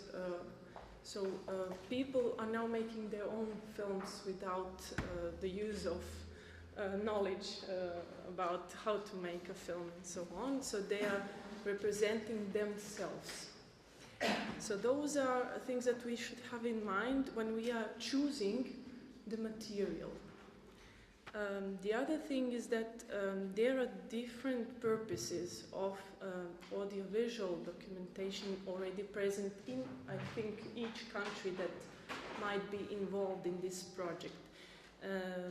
For example, there are national televisions that make their own documentaries about traditional culture and about the contemporary culture and so on. There are institutions such as academies, faculties, museums that are expert institutions that use also video materials for some other purposes. And of course, as I said, there are locally based materials, as I think in this moment we might not use them. The thing that some of the colleagues already said, so first we should find the purpose of the movie. Is it going to be educational or promotional? As I think Mirena said, you should like to see a promotional film about intangible heritage in Southeast Europe. So if we concentrate on the purpose, and then if the audience is wider public, you would like, for example, to put that film on your website for everybody to see, to distribute it to various institutions, museums, schools maybe, and so on. We should think about shortening the presentation of traditions. This is very difficult. That's what I was actually doing when we were doing the nomination files for UNESCO. In 10 minutes, we should have represented, for example, festivity that was going on for 1,000 years. So it is a very difficult situation. And not only that it is a historically long period, it is also involving many activities of people and so on. So I think it is not possible to present, for example, some kind of festivity or pottery making in all of its aspects in this movie. So we have to find a common theme that is going to lead us. So is it going to be problematic thinking about maybe, for example, some problems that we find how to transmit the knowledge to younger people and so on. So we can highlight that. And on the other half, we can find good examples, very good examples where already we are doing this transmission, education and so on, so that we can actually motivate the others who are going to see the movie to do similar things with their own heritage. It's supported by a media program of the European Union, and it's dedicated to supporting development of films by filmmakers and producers from the region, meaning starting from structuring the storytelling, reaching the audiences, including international audiences, but also trying to sell the film, to define which is your market and so on. So that's one program. The other program we run at Sarajevo International Film Festival is called Doprinos Boutique, and it's about documentary films at finishing stage already when the film is nearly finished and needs to be polished and needs to reach again already very definitely the audiences and distribution. Well, I'm a film producer myself, so I stay behind films like Georgie and the Butterflies, The Mosquito Problem, Corridor Number 8, films that traveled a lot and were ambassadors for what kind of place we are around the world.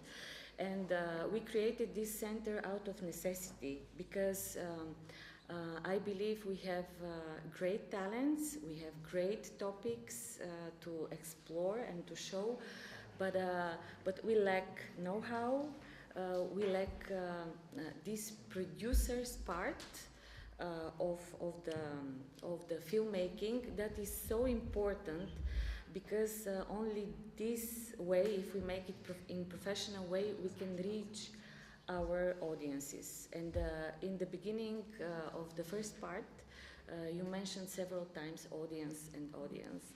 So I think this is really important, especially from producer's perspective. And I hope I can be useful here by my presence, because I'm practitioner. I really appreciate your keynotes, and it's very, very important, but it's also good to reflect from the practical perspective how things can happen. So I hope I can be useful here and also further on with this, because it's very important. The purpose of the film or of the audiovisual product we want to produce, whether it's for like very limited few scientists that want to explore or research a certain topic or element of the intangible heritage, or whether it's we are aiming, let's say, the young people, or we are aiming like middle age target groups, and so on. So it's the first thing we have to answer while reflecting what we want to do. Because I'll give you one example from my own career. 5 years ago, I produced an ethnographic documentary film for, guess what, HBO. So this is really unusual, but it's very important to know that in advance that our audience is not limited one. It can be really wide audience, and in this case, the film was about this small ethnic group of Kardarash gypsies. You know, it's very small, but it's very typical for the Balkans. It's these rich people from the gypsy minority that have very interesting way to treat the dead people.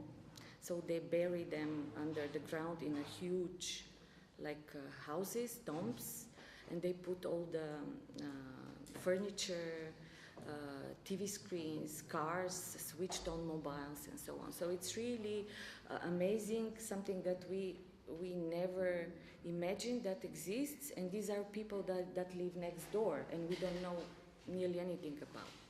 And this raised the attention of the HBO channel, and they acquired the film, they produced it practically, and it was shown like all over the Europe on the channel, and it was also very successful around the festivals. So this is just one example to imagine that it can be really wide audience. It can be also specific one. Also, I want to stress that if we are dealing with a lot of countries, if we are dealing with different ways of film industries in each country, this is also something we have to take into consideration. I produce myself, but also I can point out a lot of examples of the so-called film collections or omnibus films, they are called, meaning this is a collection of different films, but combining through one topic or something that can be in common for every of these films in the collection.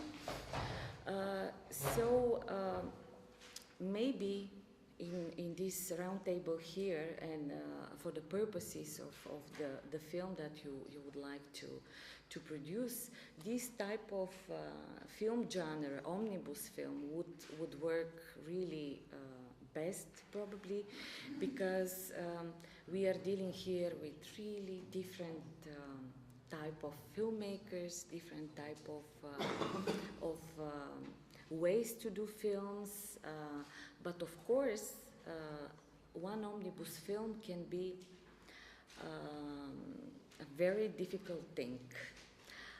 I was involved in one collection like this.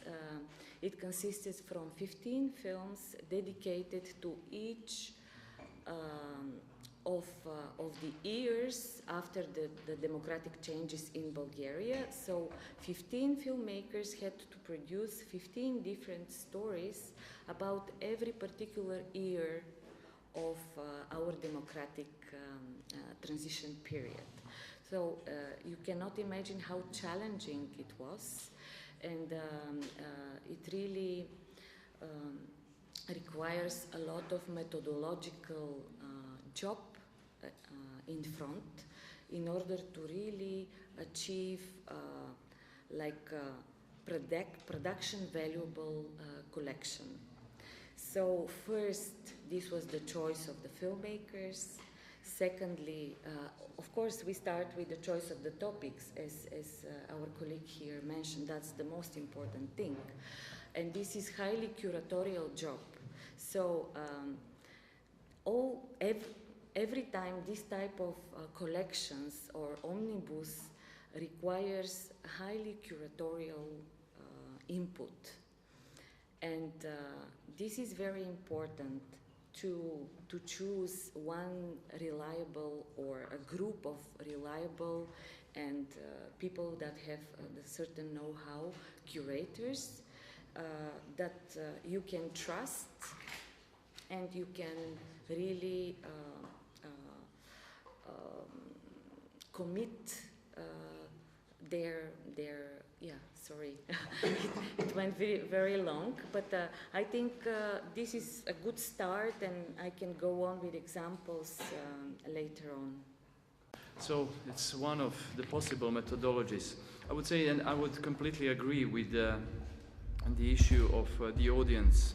We don't have, I think so, necessarily to be so concerned, very much worried about special audiences, because if we want to present cultural heritage, it should be presented, I mean, it's the education, so it's only the level of education. It's education with the elements of entertainment. Should it be a much more popular approach or something else? I would say just keeping in mind some common experiences from the people, especially of Southeast Europe, maybe Balkan countries, so-called transitional countries. I would say that what is very much needed, this is raising awareness of cultural heritage and heritage in general, because we generally, well, depending on place, on sites, but I would say a low level of awareness about the real values of cultural heritage for the societies and for the communities. Another big problem that we can face when, and we must face when making such kind of films is just a big lack of social dialogue in our countries between different communities, and sometimes communities don't recognize each other although they live next to each other. Be a bit provocative. This is a priority for the member states. It is not necessarily a priority from the Secretariat point of view and the Convention's point of view.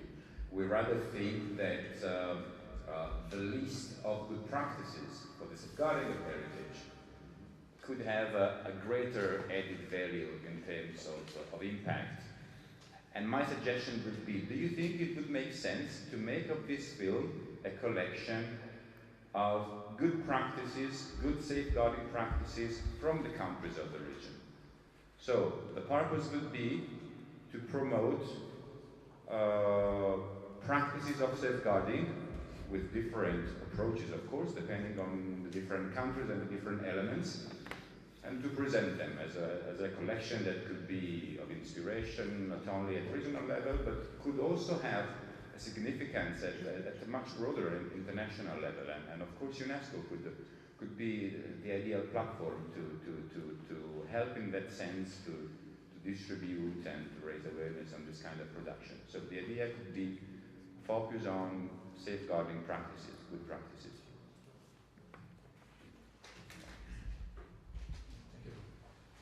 Well, I'm not limiting myself in brainstorming what will issue from this roundtable, and whatever will issue, I think it is raising following question. The first question can be the evidence of possible producers. I mean, persons, filmmakers, researchers, this staff who is able to make a film, producer or whatever we call it, the evidence of it. Then there is a question, shall you make one movie or more movies? Whatever will be, I think perhaps there are there is some experience in the past. Thematic units are the best possible way to have a list, to have a collection of some examples, some films, some short visual descriptions. Is better than making perhaps more complex films or omnibus films, but it is possible. Then there is a question of a type and style of this kind of filming.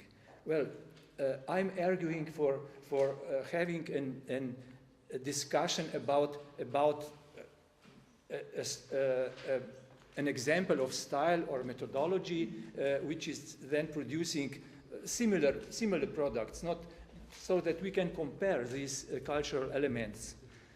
And then there is a question, of course, of publication of these works, visual works.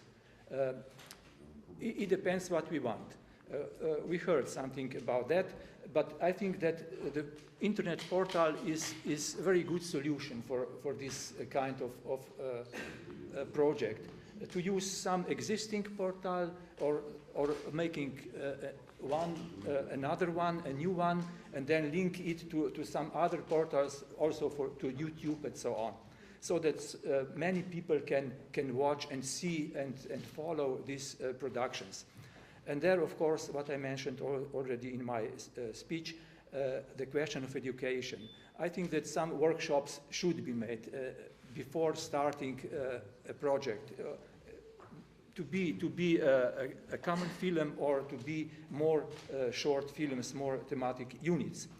And I think that for all these questions, we should have a kind of coordination, one coordinator who will then coordinate all activities which will be made by perhaps a board of people who will then cooperate and look for the best solutions in every stage of this work.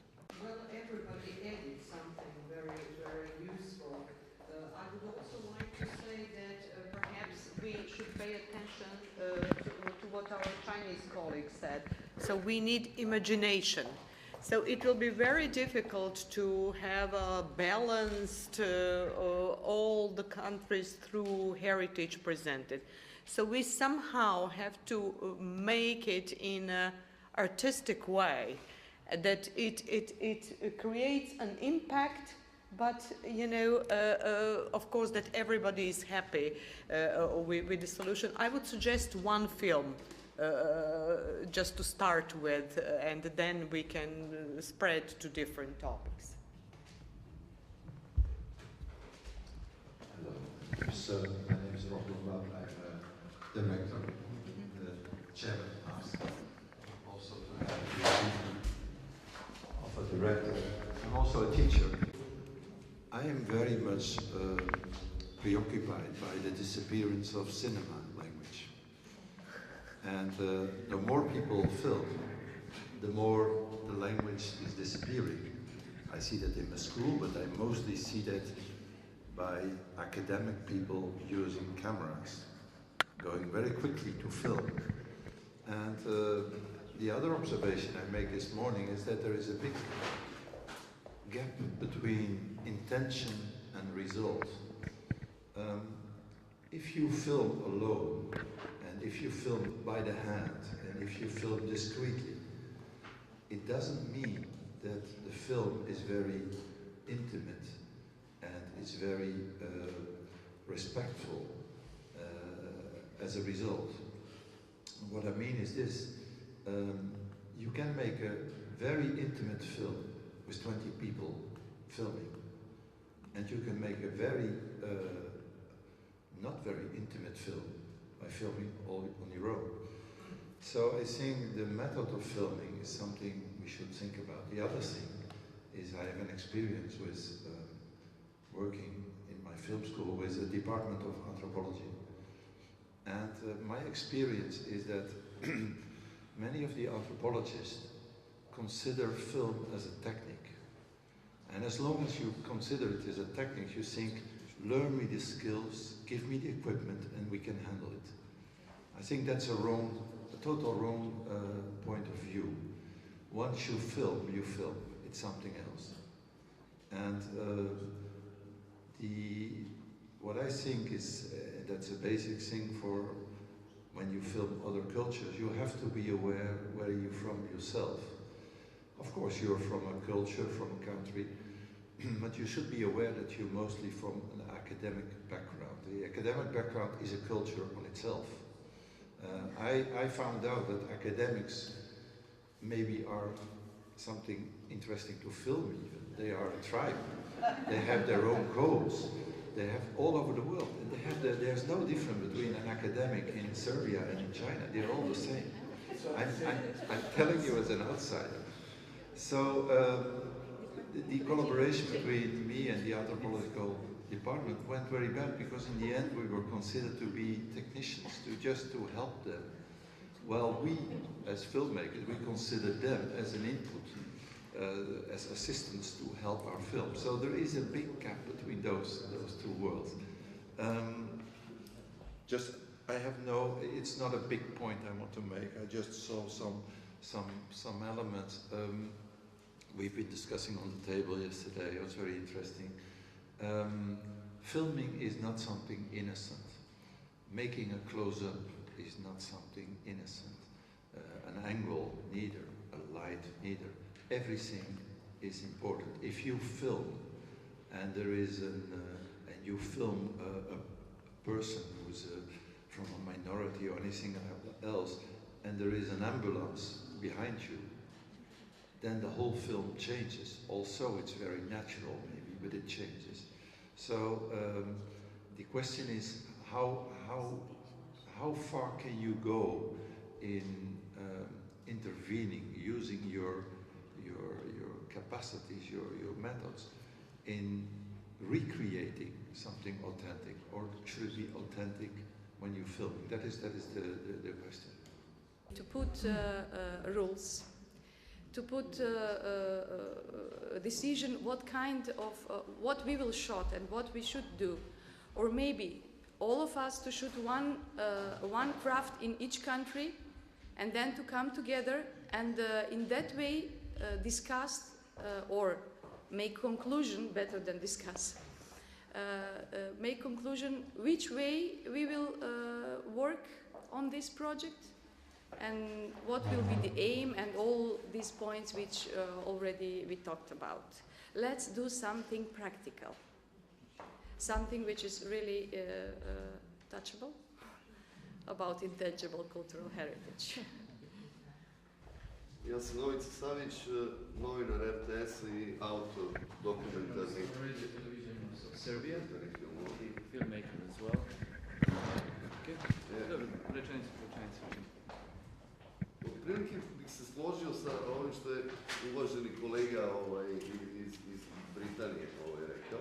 I would quite agree from our previous contributor, Mr. Rob, what he said. Iz Belgrade. Snimanje etnološkog filma ili dokumentarnog filma je kao kvantna mehanika. Samo posmatranje čestica utiče na ponašanje čestica. Well, shooting the ethnographic documentary is like in quantum mechanics. It's when you observe the particles, the little particles, you influence the behavior of the particles. Tako i ljudi koje mi snimamo, zbog samog prisustva kamere, it's the same with the people, with the presence of camera, pokušavaju da glume. They inevitably start acting at some point. U takvim situacijama je vrlo važno imati obostrano poverenje da autor, reditelj, poznaje mentalitet ljudi koje se ima.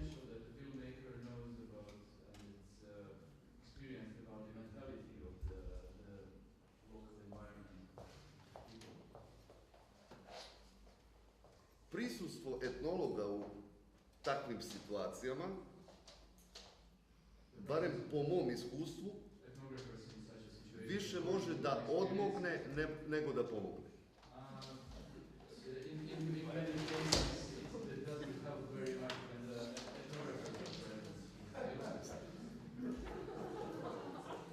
Zašto? Zato što etnolozi, naravno, kao naučnici, drugačije vide jednu scenu nego što je mi kroz kameru vidimo.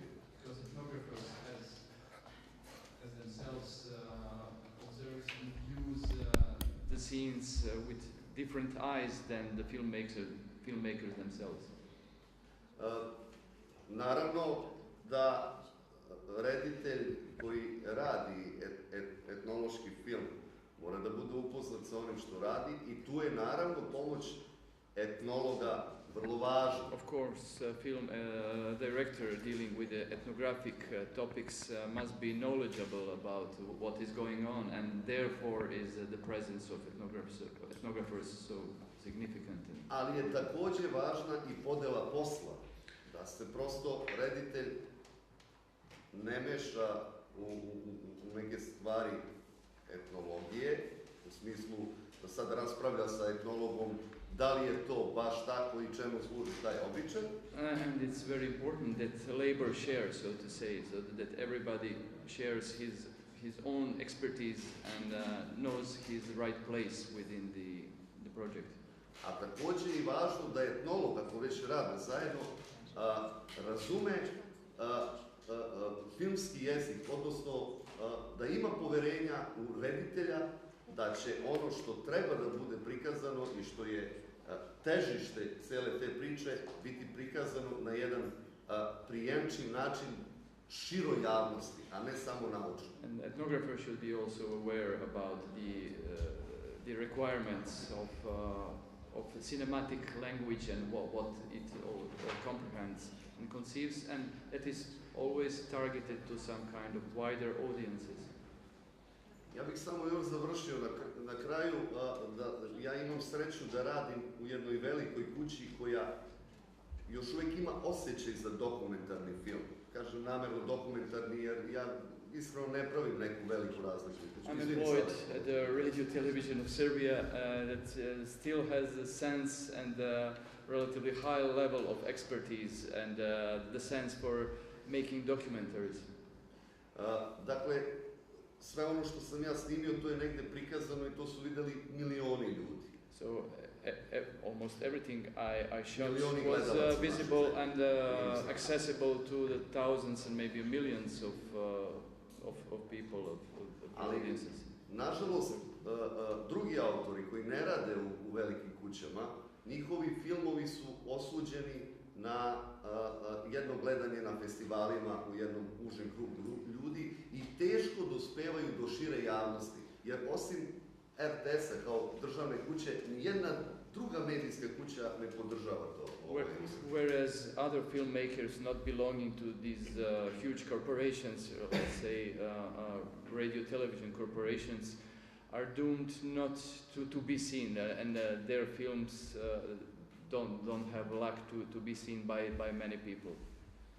Tako da bi ja na kraju voleo da se desi nešto kao što je u Bugarskoj, ovaj sjajan primjer da tu postoji jedan institut koji se bavi time. It's a very good case study that in Bulgaria there's such an institute exists that can cope with such problems. Hvala. Thank you. When I say we, I mean both UNESCO as a coordinator and the countries of the region as the participants in the organization of an exhibition, joint exhibition of the Museums of History of Southeastern Europe, which is called Imagining the Balkans, which by the way is now at the National History Museum of Belgrade on show. It was a very complicated process, and still some issues are open for discussion, but what I want to point out is that somehow it reached its objective of making this nice idea of having a joint cooperation between the museums concrete and tangible. It produced an exhibition. How did it work? Well, it took 3 years, but it only worked because there was such a mechanism in place. We had curators for each of the museums. We had a group of editors and editorial board. And we had a scientific advisor to also ensure this kind of advice and supervision from a scientific point of view. And we had the daily work of a coordinating agency, which was in this case UNESCO. It could be a model. Of course, the theme would be different, but the methodology and the process could be applicable in this case as well.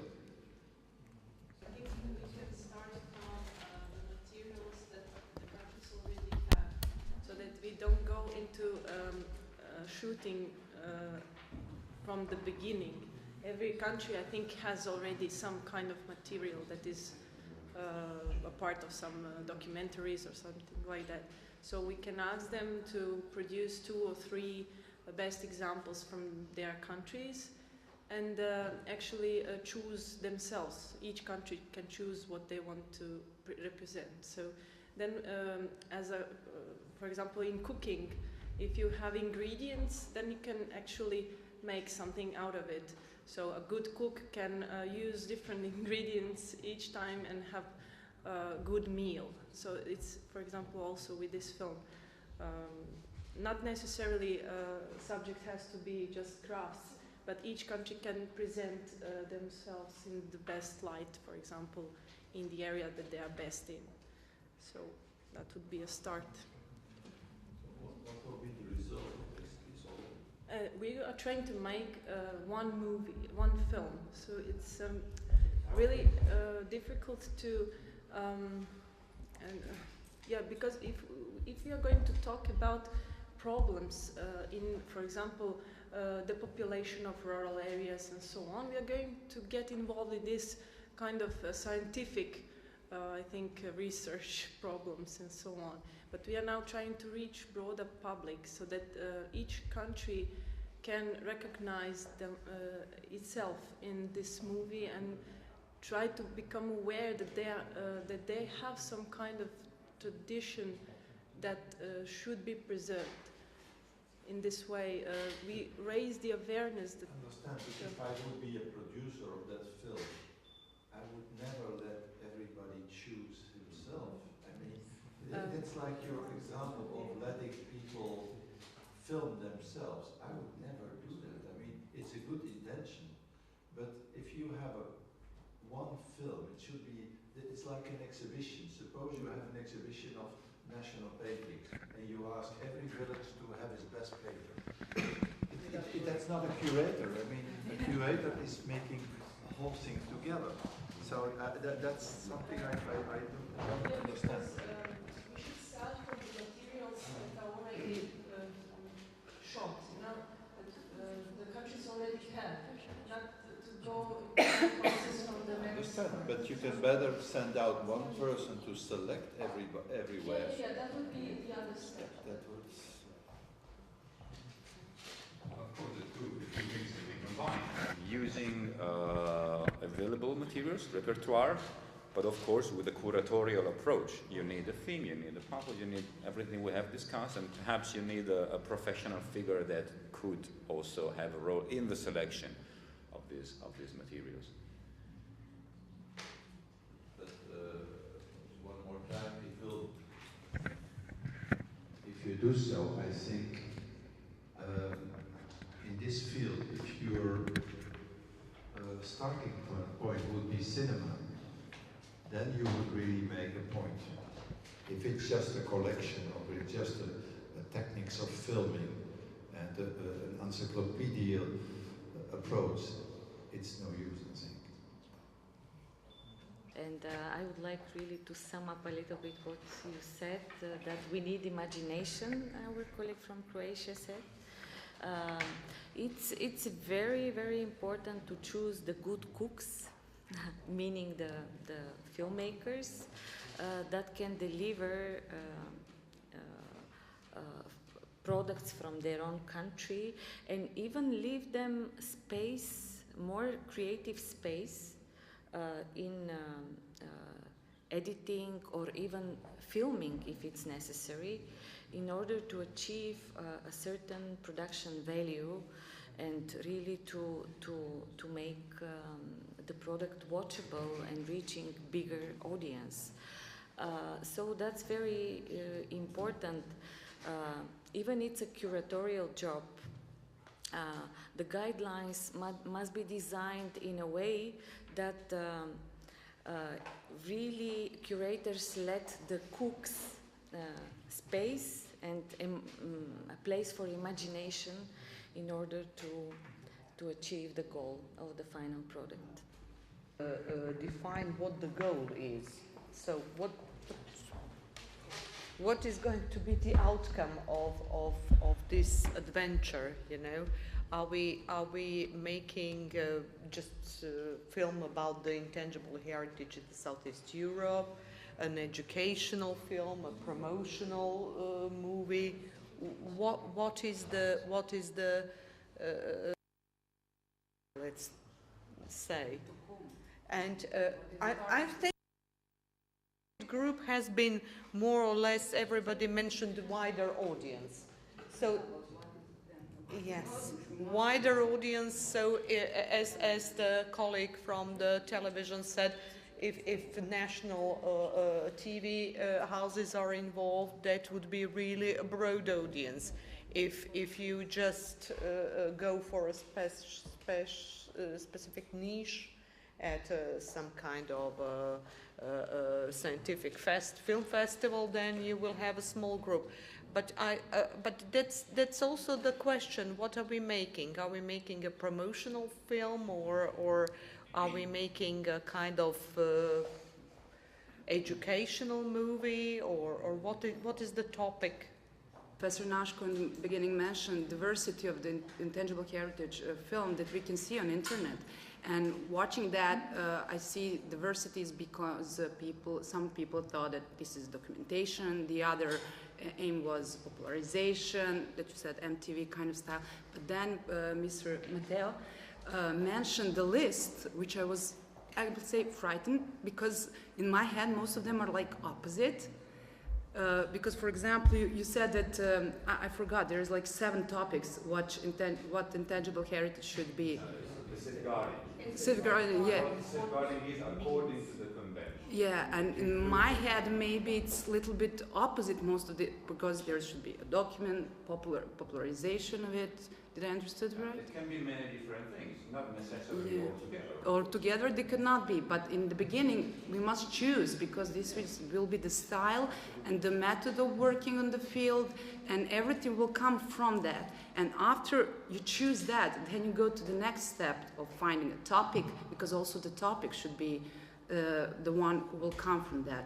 So there's like lots of steps that need to prepared and then go in the production phase, by my opinion. And also I would mention, because many people speak here, anthropologists, filmmakers and everything, don't forget human being, each of us is different. Anthropologists could come on the field work with conclusion and they know what they're going to find and they will try to find it. And also filmmaker come with their boxing style and he will make the boxing style. Some of them are free to the life, some of them are not. And this is also the subjective thing in choosing anthropologists, and also very carefully choosing the filmmakers who are prepared to go openly to the field and bring something new in that field. That's what I want to say. 刚才听了大家的这些很多的观点，我想就是讲一讲我自己的一些看法。I'd like to share some opinions of myself. 就是关于文化遗产，我们要去保护的目的是什么？我觉得，因为文化遗产它是肯定是传承了这么几百年、几千年，它一定是我们人类文明最珍贵的东西，所以这是首先我们要去保护和传下来的。We're talking about the task of protecting the intangible cultural heritage. Of course, intangible cultural heritage is the most valuable things. We have to protect them. Okay, so first the same. 怎么样去拍摄？用纪录片和电影的这个手段。刚才各位就是社会学家、人类学家、电影人都讲了，从自己的角度来讲了，我觉得都讲得非常好。我在这里想举一个就是例子来讲，怎么样更好的结合，就是把这些各个不同的领域的观点和电影、纪录片来结合。And just now, the experts and filmmakers share their opinions from their different areas. And now I want to share a case example to you that how we combine these things together. 我的这个故乡呢是中国的云南，云南省是中国少数民族最多的一个省。I come from Yunnan province, where is the most ethnic groups in China, which has got 26 ethnic groups in China. In Yunnan province. 从去年开始，就是云南的社会科学院的一些人类学家还有社会学家，他们做了一个很有意思的项目。什么时候？去年开始。Last year, the anthropologist and the socialist, they gathered together to launch a very interesting project. 这个项目的名字叫乡村影像。And the project is called Village Impact. Village impression. 就是由人类学家、社会学家和电影人一起来发挥自己的想象力，提出他们各自的角度，然后教不同民族的他们认为最有价值的生活，他们最热爱的生活。So the anthropologists, socialists, and filmmakers work together. They work together to teach the local people from the minority ethnic groups to shoot the films, to shoot the story of themselves, to shoot the things they think very valuable. 这些农民里面有很多人都没有文化。And these, how to say, the filmmakers are from the local. Actually, they're not filmmakers. They're just be chosen to shoot these films. Actually, they don't have high culture. How do you say, educational background. 这些片子拍出来以后，再经过电影人和纪录片人的一些音乐和一些就是剪辑，曾经参加过这个国外的一些就是比赛，而且都获得很好的好评。但是很多人都不敢相信这些片子是这些农民拍出来的，非常棒。我看过其中的2部。With the help and instructions of the socialist anthropologists and filmmakers. And the films finished, completed last year, and then it goes to many international film festivals, and the audience don't believe that the films were made by the local people without any education about this kind of filmmaking or this cultural background. 所以我想刚才说到，回到刚才的话题，就是我们保护这些文化遗产的目的是什么 So back to the question we talked just now. What's the task of the protecting this intangible cultural heritage? 就是让拍片子的人和看片子的人去热爱他们现在保存的这些文化，然后自觉的来传承它。我想这可能是其中最重要的一个目的。We believe that the most important task is to make the people who produce the film and the people who watch the film have the kind of say self-realization of their own valuable culture. Okay. 谢谢. Thanks. Bert Hanstra, famous documentary filmmaker, was invited by a powerful industry man to make a film about his glass factory. And the powerful man offers facts, these figures. I wrote everything. You just have to be my tool in realizing this. And Verhastra asked him, okay, I will do as you ask, but may I make my own film on the same subject? Not your 35 minutes, but as much as I reach. He made the 35 film ordered by powerful industry man, and his own film called Glass, 8 minutes. In 1958, this film won Oscar. That's why I mentioned this example. I repeat, the film is a language, is a personal thing.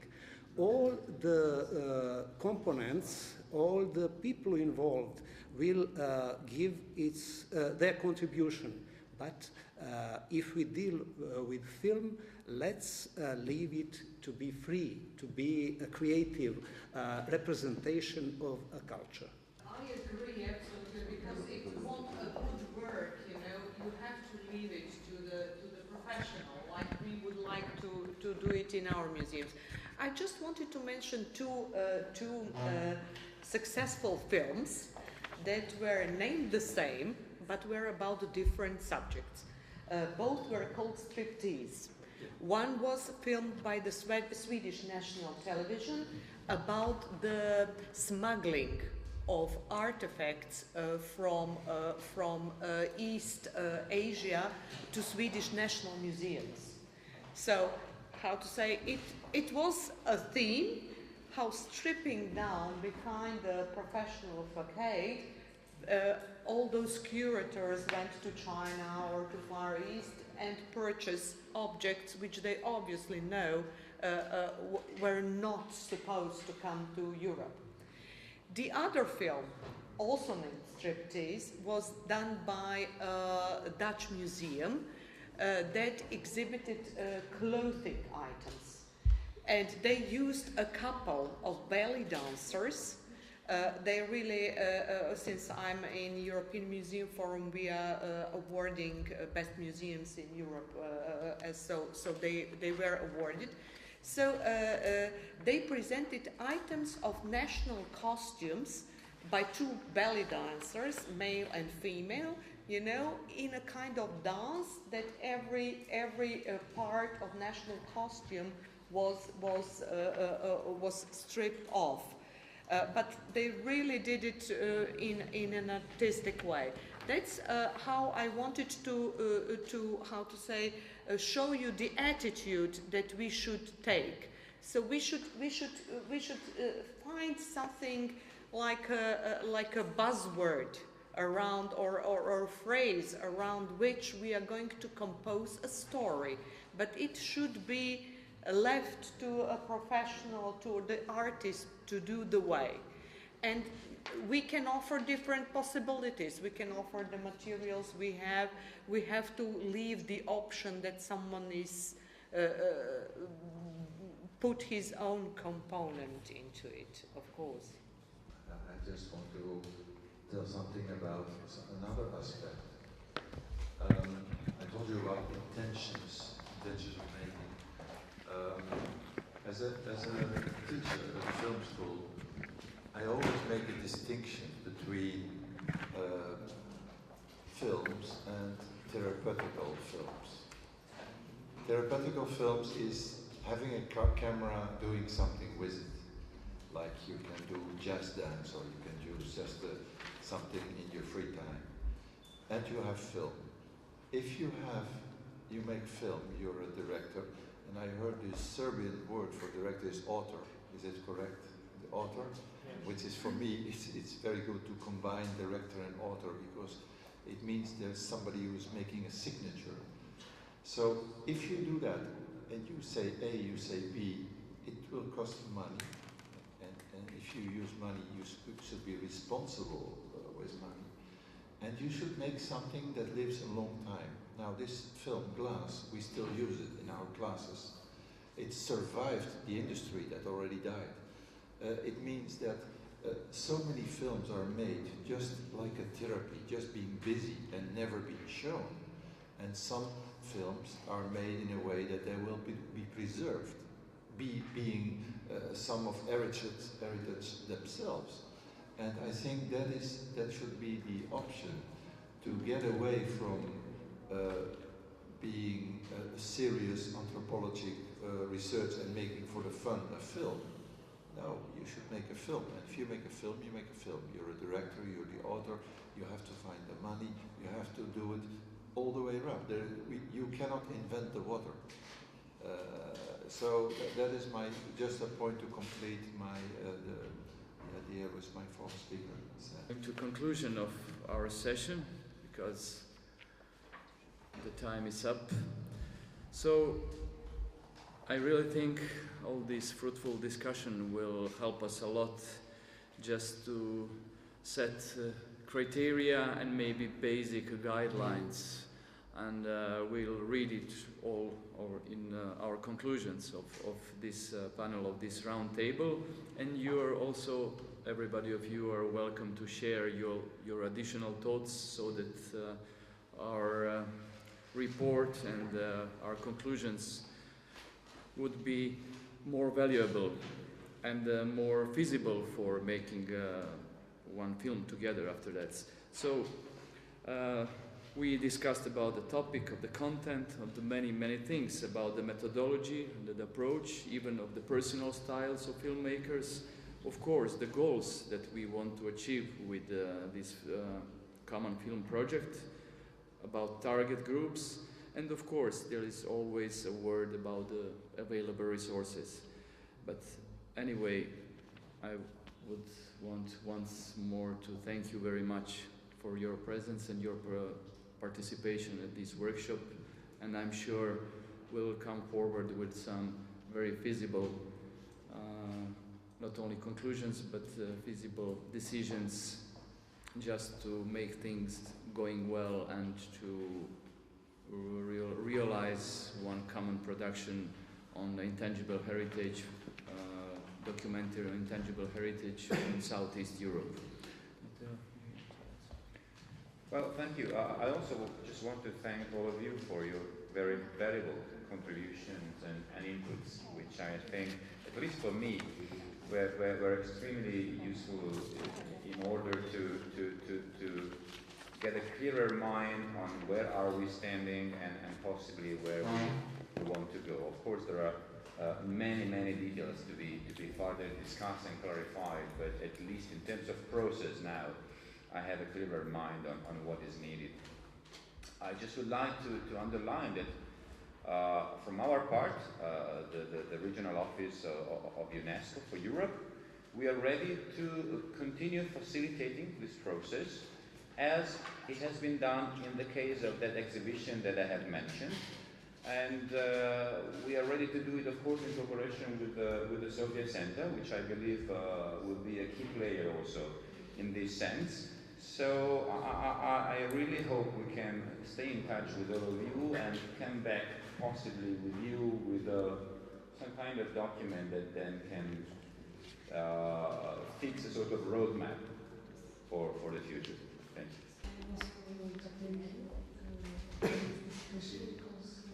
All the questions on the information, there are questions that were decided to be table. So, as I was saying, we will try to move on with this project because I think it's very important, and we would like to raise awareness about intangible cultural heritage with this new technology, the medium visual technology instrument. So, thank you very much for this participation, and I hope that we could manage to make a common film, or at least some common projects. Are we invited to come to Sofia to visit you? Yes.